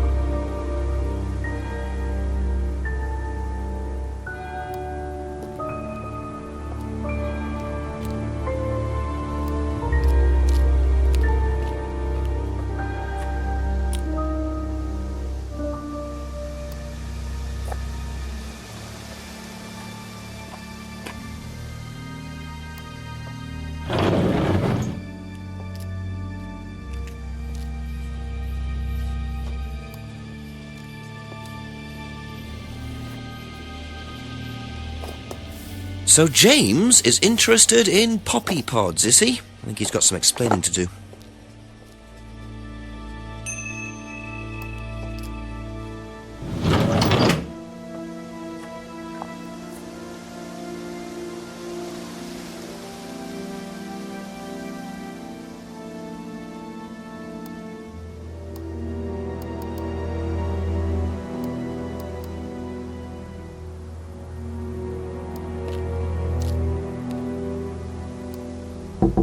Just a few more questions, if you don't mind.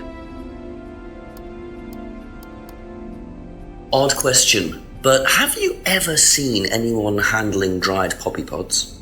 Poppy pods? As in, for opium? No. Though James did have opium tea once, I think. Where did he get it from? Oh, I don't know. I didn't ask. James does his own thing. What does opium tea taste like? I don't know. I didn't try it. Really? I didn't want to risk it, did I? But I went to hospital once. I had codeine and I went into anaphylactic shock. The doctor said it was an opium derivative, apparently, so...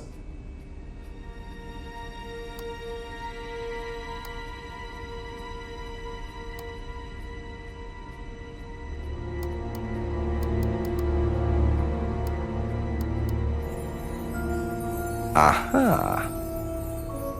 You and Kate took morphine in the mirror room. That's what you said, isn't it? Yeah. But you're allergic to opiates, Simon. Opium. You didn't take the morphine at all, did you? Well, no, I didn't. Kate did, though. I thought you were trying to outdo each other. That was the point, wasn't it? We weren't trying to outdo each other as such. Go on. Ryan wanted me to test Kate. To see how far she would go to be prime candidate. What candidate? Prime candidate. It means the best person in the group, basically. What do you mean test her? But you do it in pairs. One person's the tester, it's me. And the other person's the... victim? Well, it's not like that. It's completely consensual. It's just boundary testing. Ryan wanted me to test Kate. Because they thought she was the best student? Well, maybe. I don't know. I just did what I was told, okay? Except you decided to give her morphine. To break the law. Well, I can't change that now, can I? She didn't die of a morphine overdose, did she? She died because she drowned. But she drowned for reasons that aren't clear. Atlas seemed to have this all neatly worked out. If Simon's telling the truth, Atlas are lighting the fuse and then retiring to a safe distance, letting students test themselves and push themselves to their limits while avoiding all comeback. Is this what happened to Kate?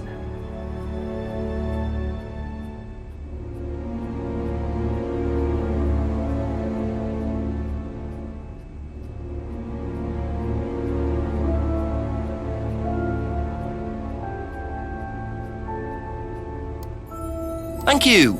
Probably be back later.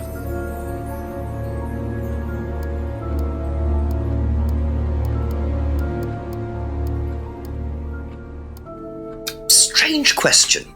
Have you ever known of anyone selling dried poppy pods? Poppy pods? Don't think so. Isn't that opium? Kind of. It's okay.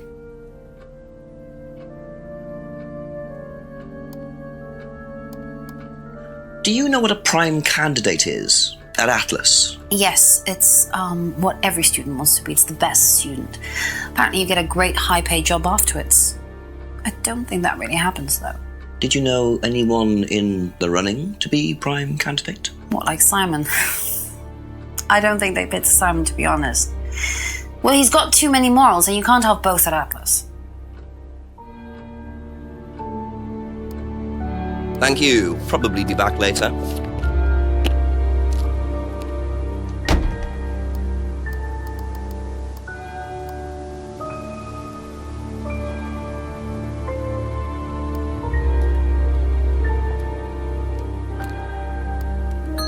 Ask about a few more things, please.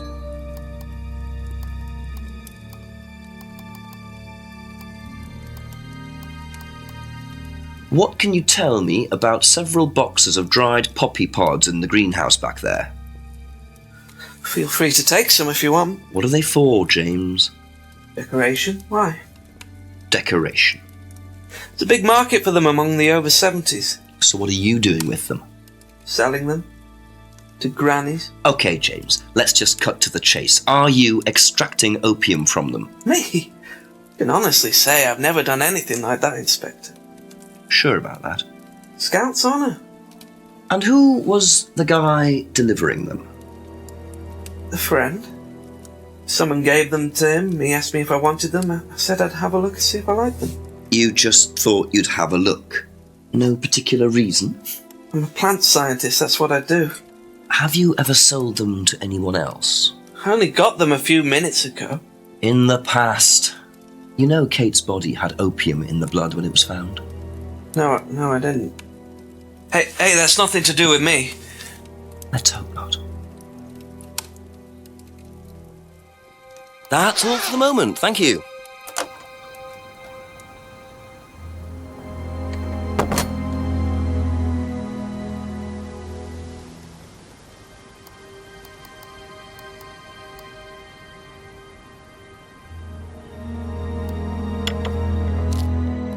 Couple more questions, if that's okay? Now, why do you think Ryan might want to give Kate a cheque for £500? I've really no idea. Where did you find it? Just outside. You better ask him. You think Ryan was interested romantically in Kate? I know he has a weakness for blondes, but I didn't think it had gone so far as his offering them cash.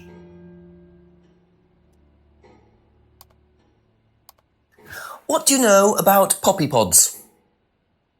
Poppy pod? Ever come across anyone selling them, using them? No. What are prime candidates? The best of the bunch. The peaches. And so what does it mean to be a prime candidate? Success. We have a special relationship with many major international companies. We provide them with our best students. And they get an instant job. And what do you get out of it? Well, it's a little kickback. It's just business, Inspector. Be back later on, if that's okay.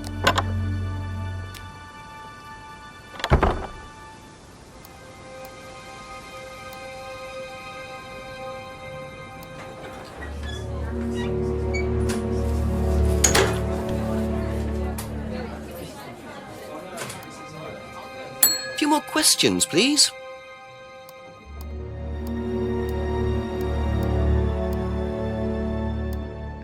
What do you know about poppy pods? Go on. Ever come across anyone trying to sell them or anything like that? Maybe even in here? Not that I remember. Do you know what a prime candidate is? At Atlas. Is the best student. And what does that mean? It means they get a guaranteed job with a very good salary. Well, that's the idea anyway. But? Mostly they aren't up to it. What happens then? They get sacked. Thank you. Probably be back later.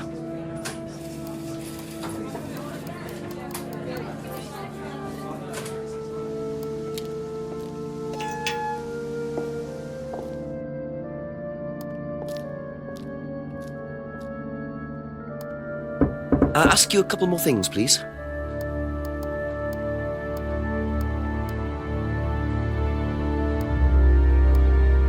Would you like to explain what this is, please, Ryan? £500 intended for Kate. It fell out of your car. At least I assume that's your car on the driveway at Brandon House. I suppose so. So why were you going to give Kate £500, Ryan? It was just a little incentive, that's all. Just a little incentive. Not very little, Ryan. £500. She was a very good student. We heard that she was leaving. We wanted to give her something. But you didn't. Well, obviously not. Are you sure there wasn't any other reason you might want to give her this? Personal reason? No! Well, I'd like to keep hold of this for a little while, if you don't mind. Well, don't consider it a bribe, will you, Inspector? Know anything about poppy pods? Come across anyone selling them or anything? Poppy pods? Well, don't tell anyone, Inspector, but I hear that you can make opium out of those. Why do you ask? Doesn't matter.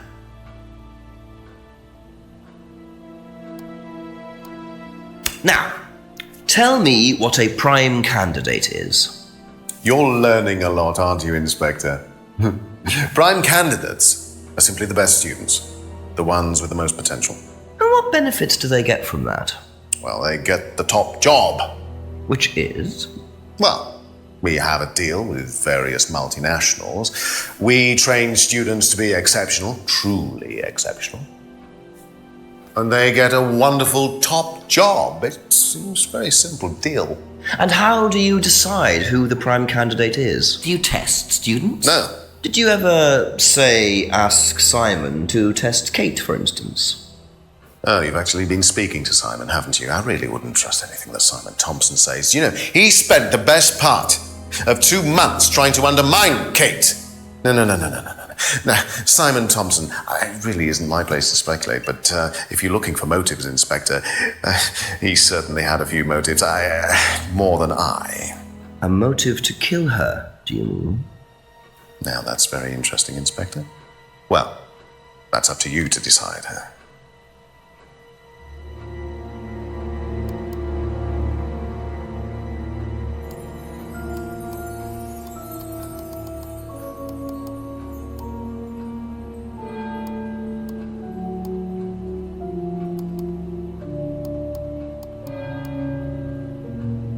Aha. So, students aren't coerced or bribed in any way, except Kate. I'm not sure what you mean. You said you were going to give Kate the £500 as an incentive. That's coercion, isn't it? I really don't think you could call it coercion, Inspector. It was an incentive, that's all, a little encouragement. So, how often do you use incentives? Okay, incentive is probably the wrong word. The money was just to see how Kate would respond. It was part of her assessment. Assessment? We have to assess students as they progress. We don't use conventional methods like sitting an exam or anything like that.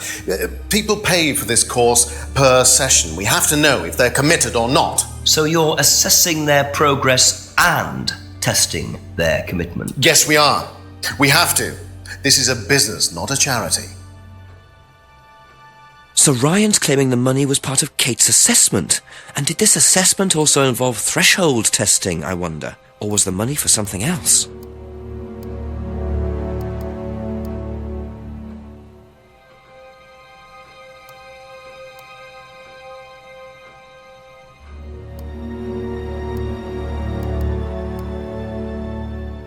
Aha. Well, which one is it, Ryan? Do you test students or not? Well, some of them, yes. Including Kate? Yes. Why was she being tested? She was being tested because we wanted to see if she was good enough to become prime candidate, okay? So Kate was in the running to be prime candidate? Yes! And did you ask Simon to test her? Yes, I did.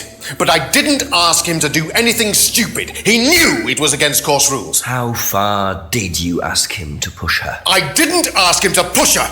I asked him to test her. There's a huge difference! If Simon decided to give her too much caffeine or morphine or whatever, that's his responsibility. So if he did anything wrong, it was his own responsibility. He did it with his own mind and his own hand. We had nothing to do with it.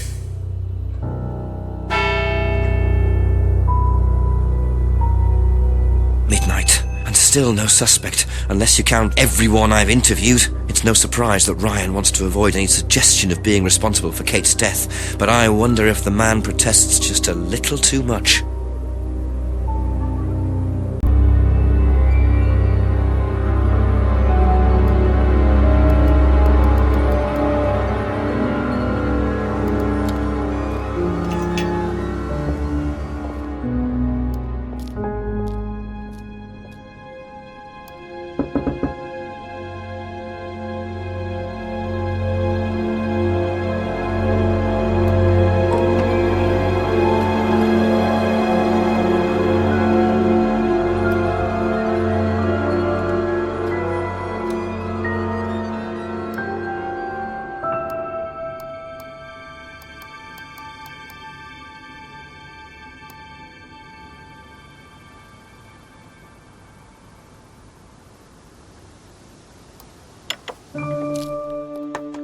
A few more questions, if you don't mind. Was Kate a prime candidate? Well, as Ryan has probably already told you, yes, she was. Did you ask Simon to test her? Yes, it's company policy. Leaders don't get involved. And it covers your back, of course. Well, nobody knows the students better than they do, Inspector. It's much better to let them just work it out among themselves. It isn't very professional to force students to test each other to the point where one of them gets killed, Paul. We don't force students to do anything that they don't want to do, Inspector. So you don't force them into being tested? No, we don't encourage anybody to hurt or offend anybody else here. You don't use threshold testing, for instance? No. If Simon Thompson went too far with Kate, that's his responsibility, not ours. He's the one you should be speaking to, if truth be told. I don't trust him myself.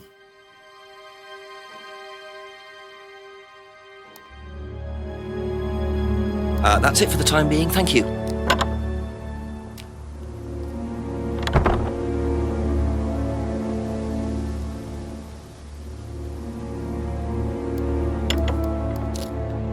A few more questions, if you don't mind.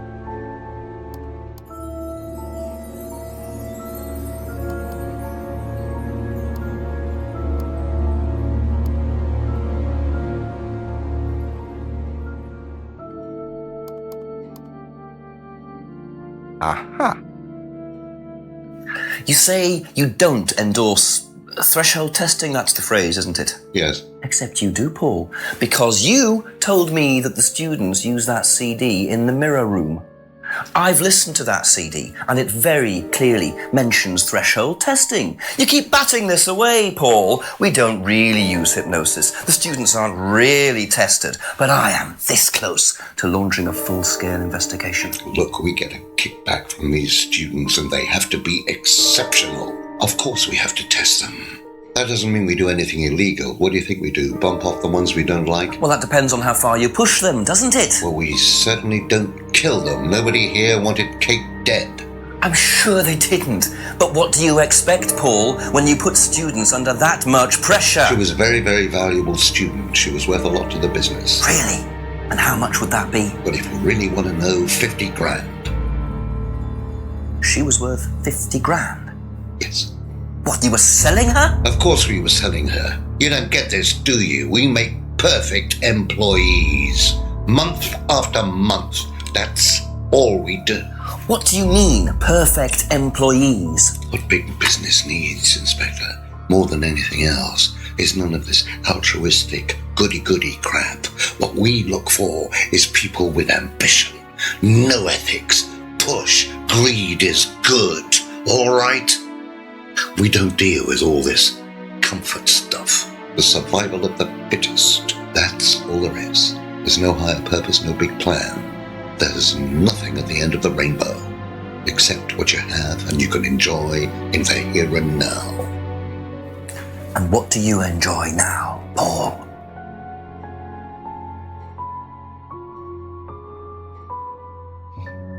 You're going to have to excuse me, Inspector. I'm a very busy man. I've got work to do.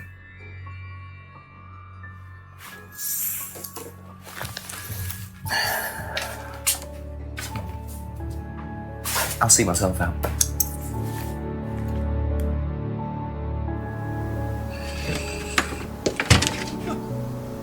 Lovely man, your father. Shut the gate on your way out.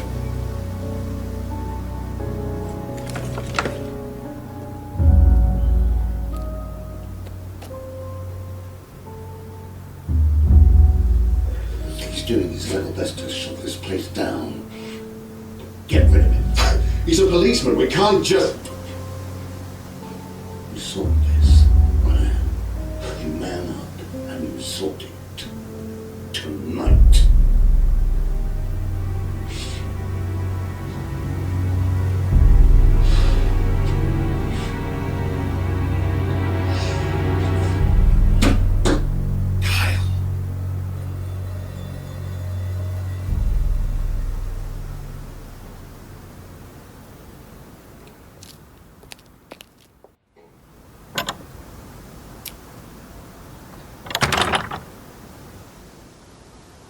That doesn't sound good. Two totally morally bankrupt men are plotting to get rid of me. It's midnight. I don't have any backup and I don't even have a mobile phone. This is potentially quite bad. And what's Kyle got to do with it? I think I might make my way over to Atlas while Ryan isn't there. Maybe lock myself in.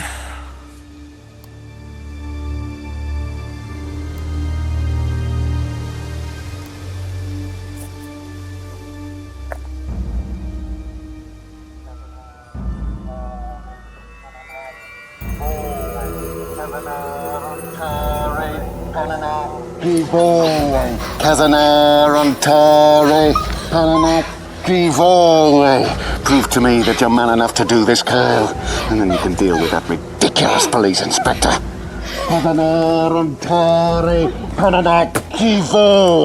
What is this? What the hell? Scotland Yard, not hell. Hello, Ryan. Hello, Inspector. What are you doing here? Inspecting. So, come on. Let's have it. I don't think you'd understand, Inspector. The best thing that you can do is turn around, go away, and leave us to it. Knife. What? That knife gives me a perfect right to stick my nose in, investigate, and interfere. This is all part of the Atlas course. It's a physical endurance exercise. Drop the knife. The knife, Kyle! Kyle. Drop it! Drop it.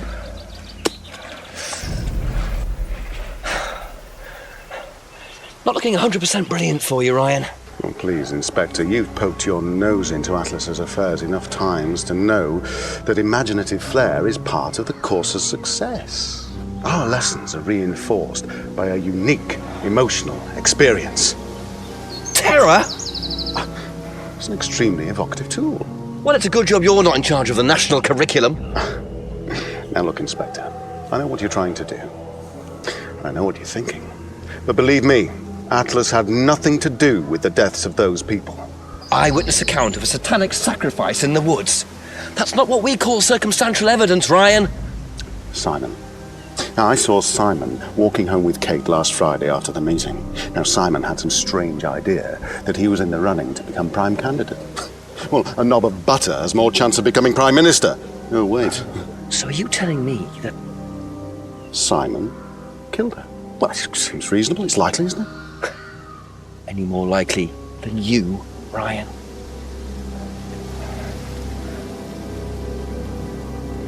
Pig! I know. Police brutality.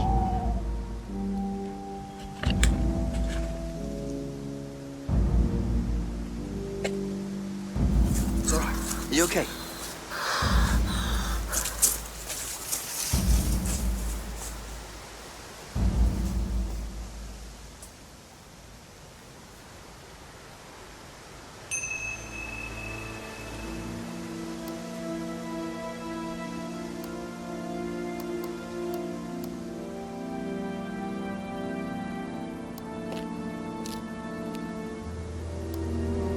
A couple more questions, if that's okay. How do you think you'd have reacted if you'd found out that Kate had been chosen to be prime candidate? Was she? I'm just asking how you think you'd react. I don't know. I wouldn't react in any way, really. I'm not bothered. I don't think she was, though. What makes you think that? Well, it's just an impression I got. You know, she's a bit flaky, to be honest. She's just not really prime candidate material. What would you say if I said it's been suggested that you were seen walking home with Kate after Atlas last Friday? What? By who? The same person who suggested that you wanted Kate out of the picture because you found out she was in the running to be prime candidate. Who said that? Just a question. I didn't think I was in the running. It was Ryan, wasn't it? I am in no position to say. It was Ryan. Simon, calm down. No, I can prove it. Kate's driving license, give it to me. Why? Kate's driving license, please.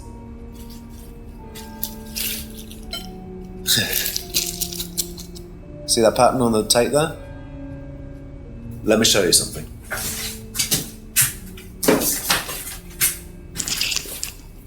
See this pattern? Now look at that. It's the same pattern. This has come from the same roll of tape as this. So? So there's only one person that's taped like that. Ryan. He gave me this piece of tape when I was in his office once. Why has Kate's driving license got a piece of Ryan's tape on it? I have no idea, Simon. Where did you find it? Oh, by the lake. It's obvious, isn't it? Ryan was testing her. He was doing a boundary test to see how much she would do, how far she would go to be a prime candidate. But it all went wrong. Okay. It's one of the things we do at the course, right? You give something that's important to you to someone else, then they go and hide it somewhere. It's to teach you to not be bothered when you lose something that's important to you, all right? Kate gives her driving license to Ryan. Ryan goes and hides it somewhere down the lake. Kate finds out, she goes down looking for it, probably drunk, and she falls in. I'm afraid I find that a bit far-fetched, Simon. It makes perfect sense if you know anything at all about how Atlas works. But Simon, if you got the tape from Ryan, Kate could have got it from him. He told me he doesn't lend it out. He lent it to you. But I didn't kill her! Do a lab test on the card. His DNA will be all over it. And what if yours is all over it? It won't be. I didn't kill her! I'm sorry. Just give me a minute. I need some painkillers.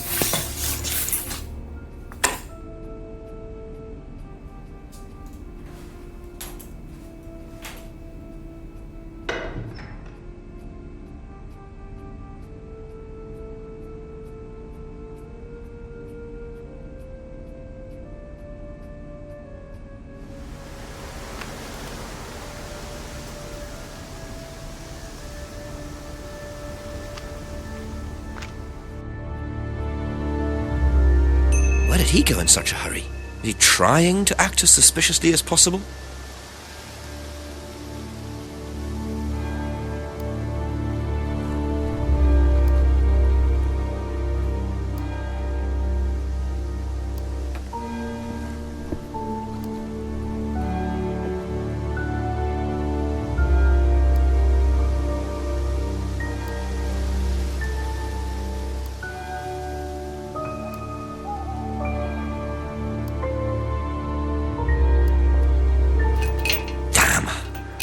suppose it was too much to hope that Ryan had left the place open.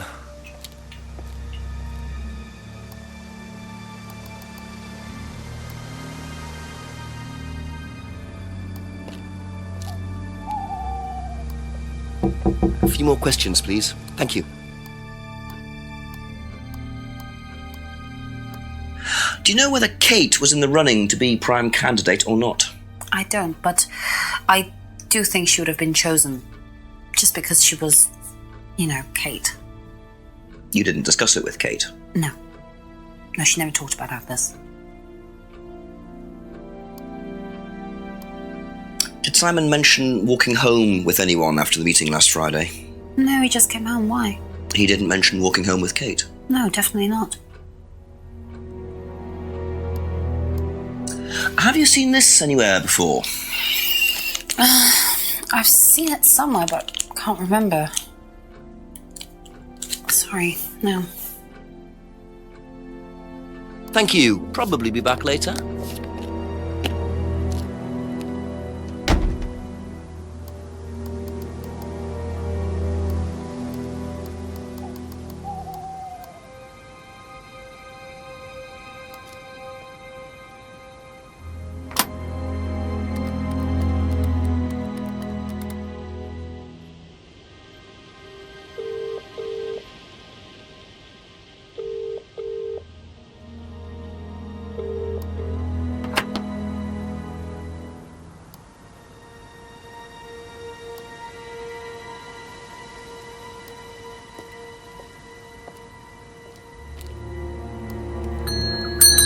Ask you a couple more things, please. Do you know how well Simon knew Kate? Not really. Did you ever see them together? So why? Do you think he killed her? I've no idea. Do you think he'd be capable of that? Do you think we're all capable of it? No, I don't. Sure. So you'd never been in your police car responding to an incident, driven past a school at high speed? Don't know. Maybe. Well, you've answered your own question then. When you've got a need and things get in your way, it's human nature to either ignore them or get rid of them. Any way you can. That's all murder is, isn't it? Maybe you're right. Ever seen tape like this anywhere before? No. That's all for the moment. Thank you.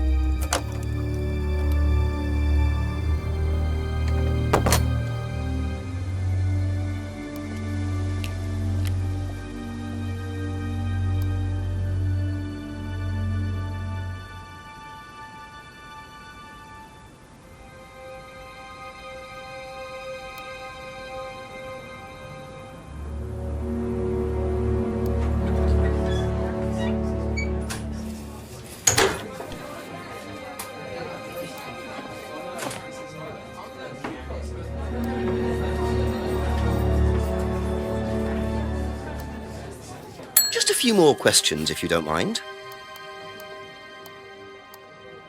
Did you know Kate Vine was a prime candidate? No.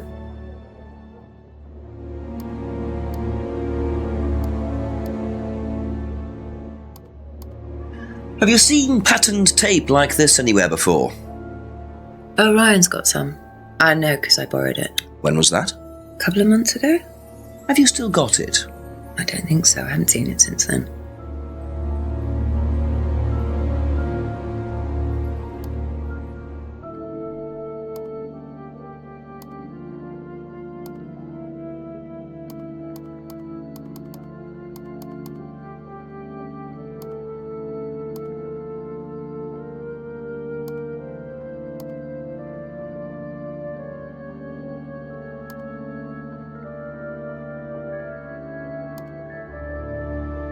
Aha. You last saw that sticky tape 2 months ago, is that correct? Yes. So how come you used it last week to tape over the broken window outside? That's the same tape. Well, I must have been mistaken. You see, the reason I'm asking is that it's exactly the same tape that was found attached to Kate's driving license, found at the scene. The tape that only Ryan has. Ryan, and of course, you. So what are you saying? Who's got the tape now? Do you know where it is? No, I don't know where it is. Why are you asking me about this tape? You seem nervous, Rebecca. Is there a problem? Well, you're practically accusing me of having something to do with that woman's murder, aren't you? I wasn't accusing you of anything, Rebecca. Unless there's something you'd like to tell me. No, I wouldn't like to tell you anything. Okay, well, that's fine. Obviously, we'll be swabbing everyone in the area for DNA, so if anything comes up on Kate's license, DNA traces. What'll come up? Nothing will come up. Right, I've had enough. I've got to get back. Rebecca! Would you like to explain to me exactly what is going on? Which bit? The fact that some leggy bitch was trying to steal my husband? I think you had better tell me what you know, Rebecca. Okay, you want to know what I know? Kate Vine seduced my husband and was going to blackmail him. Not only did she sleep with him, that whore did it just for his money, our money. How did you work that out? I heard her. I knew it was her arguing with Emma Bowman. Emma was trying to talk her out of it. And how did she come to be at the lake? She dropped that driving licence thing when she came in. She was drunk, she dropped her bag. I took it out to the woods and stuck it over the lake. Then I waited for her. When she came out, I told her where it was, said someone had just run off into the woods with it. You led her to the lake. She was reaching out over the lake to get it. I didn't do anything, she just fell in. But you let her drown. It was dark, I couldn't see anything, I couldn't help her. Really? Did you try, Rebecca? Well, it was too late. She was just flapping about in the water. It was pathetic, she was making these gurgling sounds. And what did you do? I got a big stick. I just pushed her down with it until she stopped. Well, she was dead anyway, what did it matter? You killed her, Rebecca. But she slept with my husband! She didn't, Rebecca. What do you mean? You got the wrong girl. Who? Emma. It was Emma. Rebecca Rand, I am arresting you for the murder of Kate Vine. You do not have to say anything, but anything you do say may be taken down and will be used in evidence against you. Do you understand? Yes. So, it appears that Kate Vine's death was a tragic case of mistaken identity. But there are some loose threads here. What was Ryan doing with Kyle and that girl in the woods? What if I hadn't interrupted? And what really happened to Liam last year? It seems I've only scratched the surface of Atlas and the Rand business empire. Trying to find out about Paul Rand's past is like peering into dense fog. He gives nothing away and covers his tracks with military efficiency. However, what is known is that Paul Rand has a lot of connections in high places, politicians, celebrities, business leaders. Perhaps James Wilson's ideas weren't too wide of the mark after all. I get the feeling there's still a lot more to learn about the Rand business empire. You're going to have to excuse us.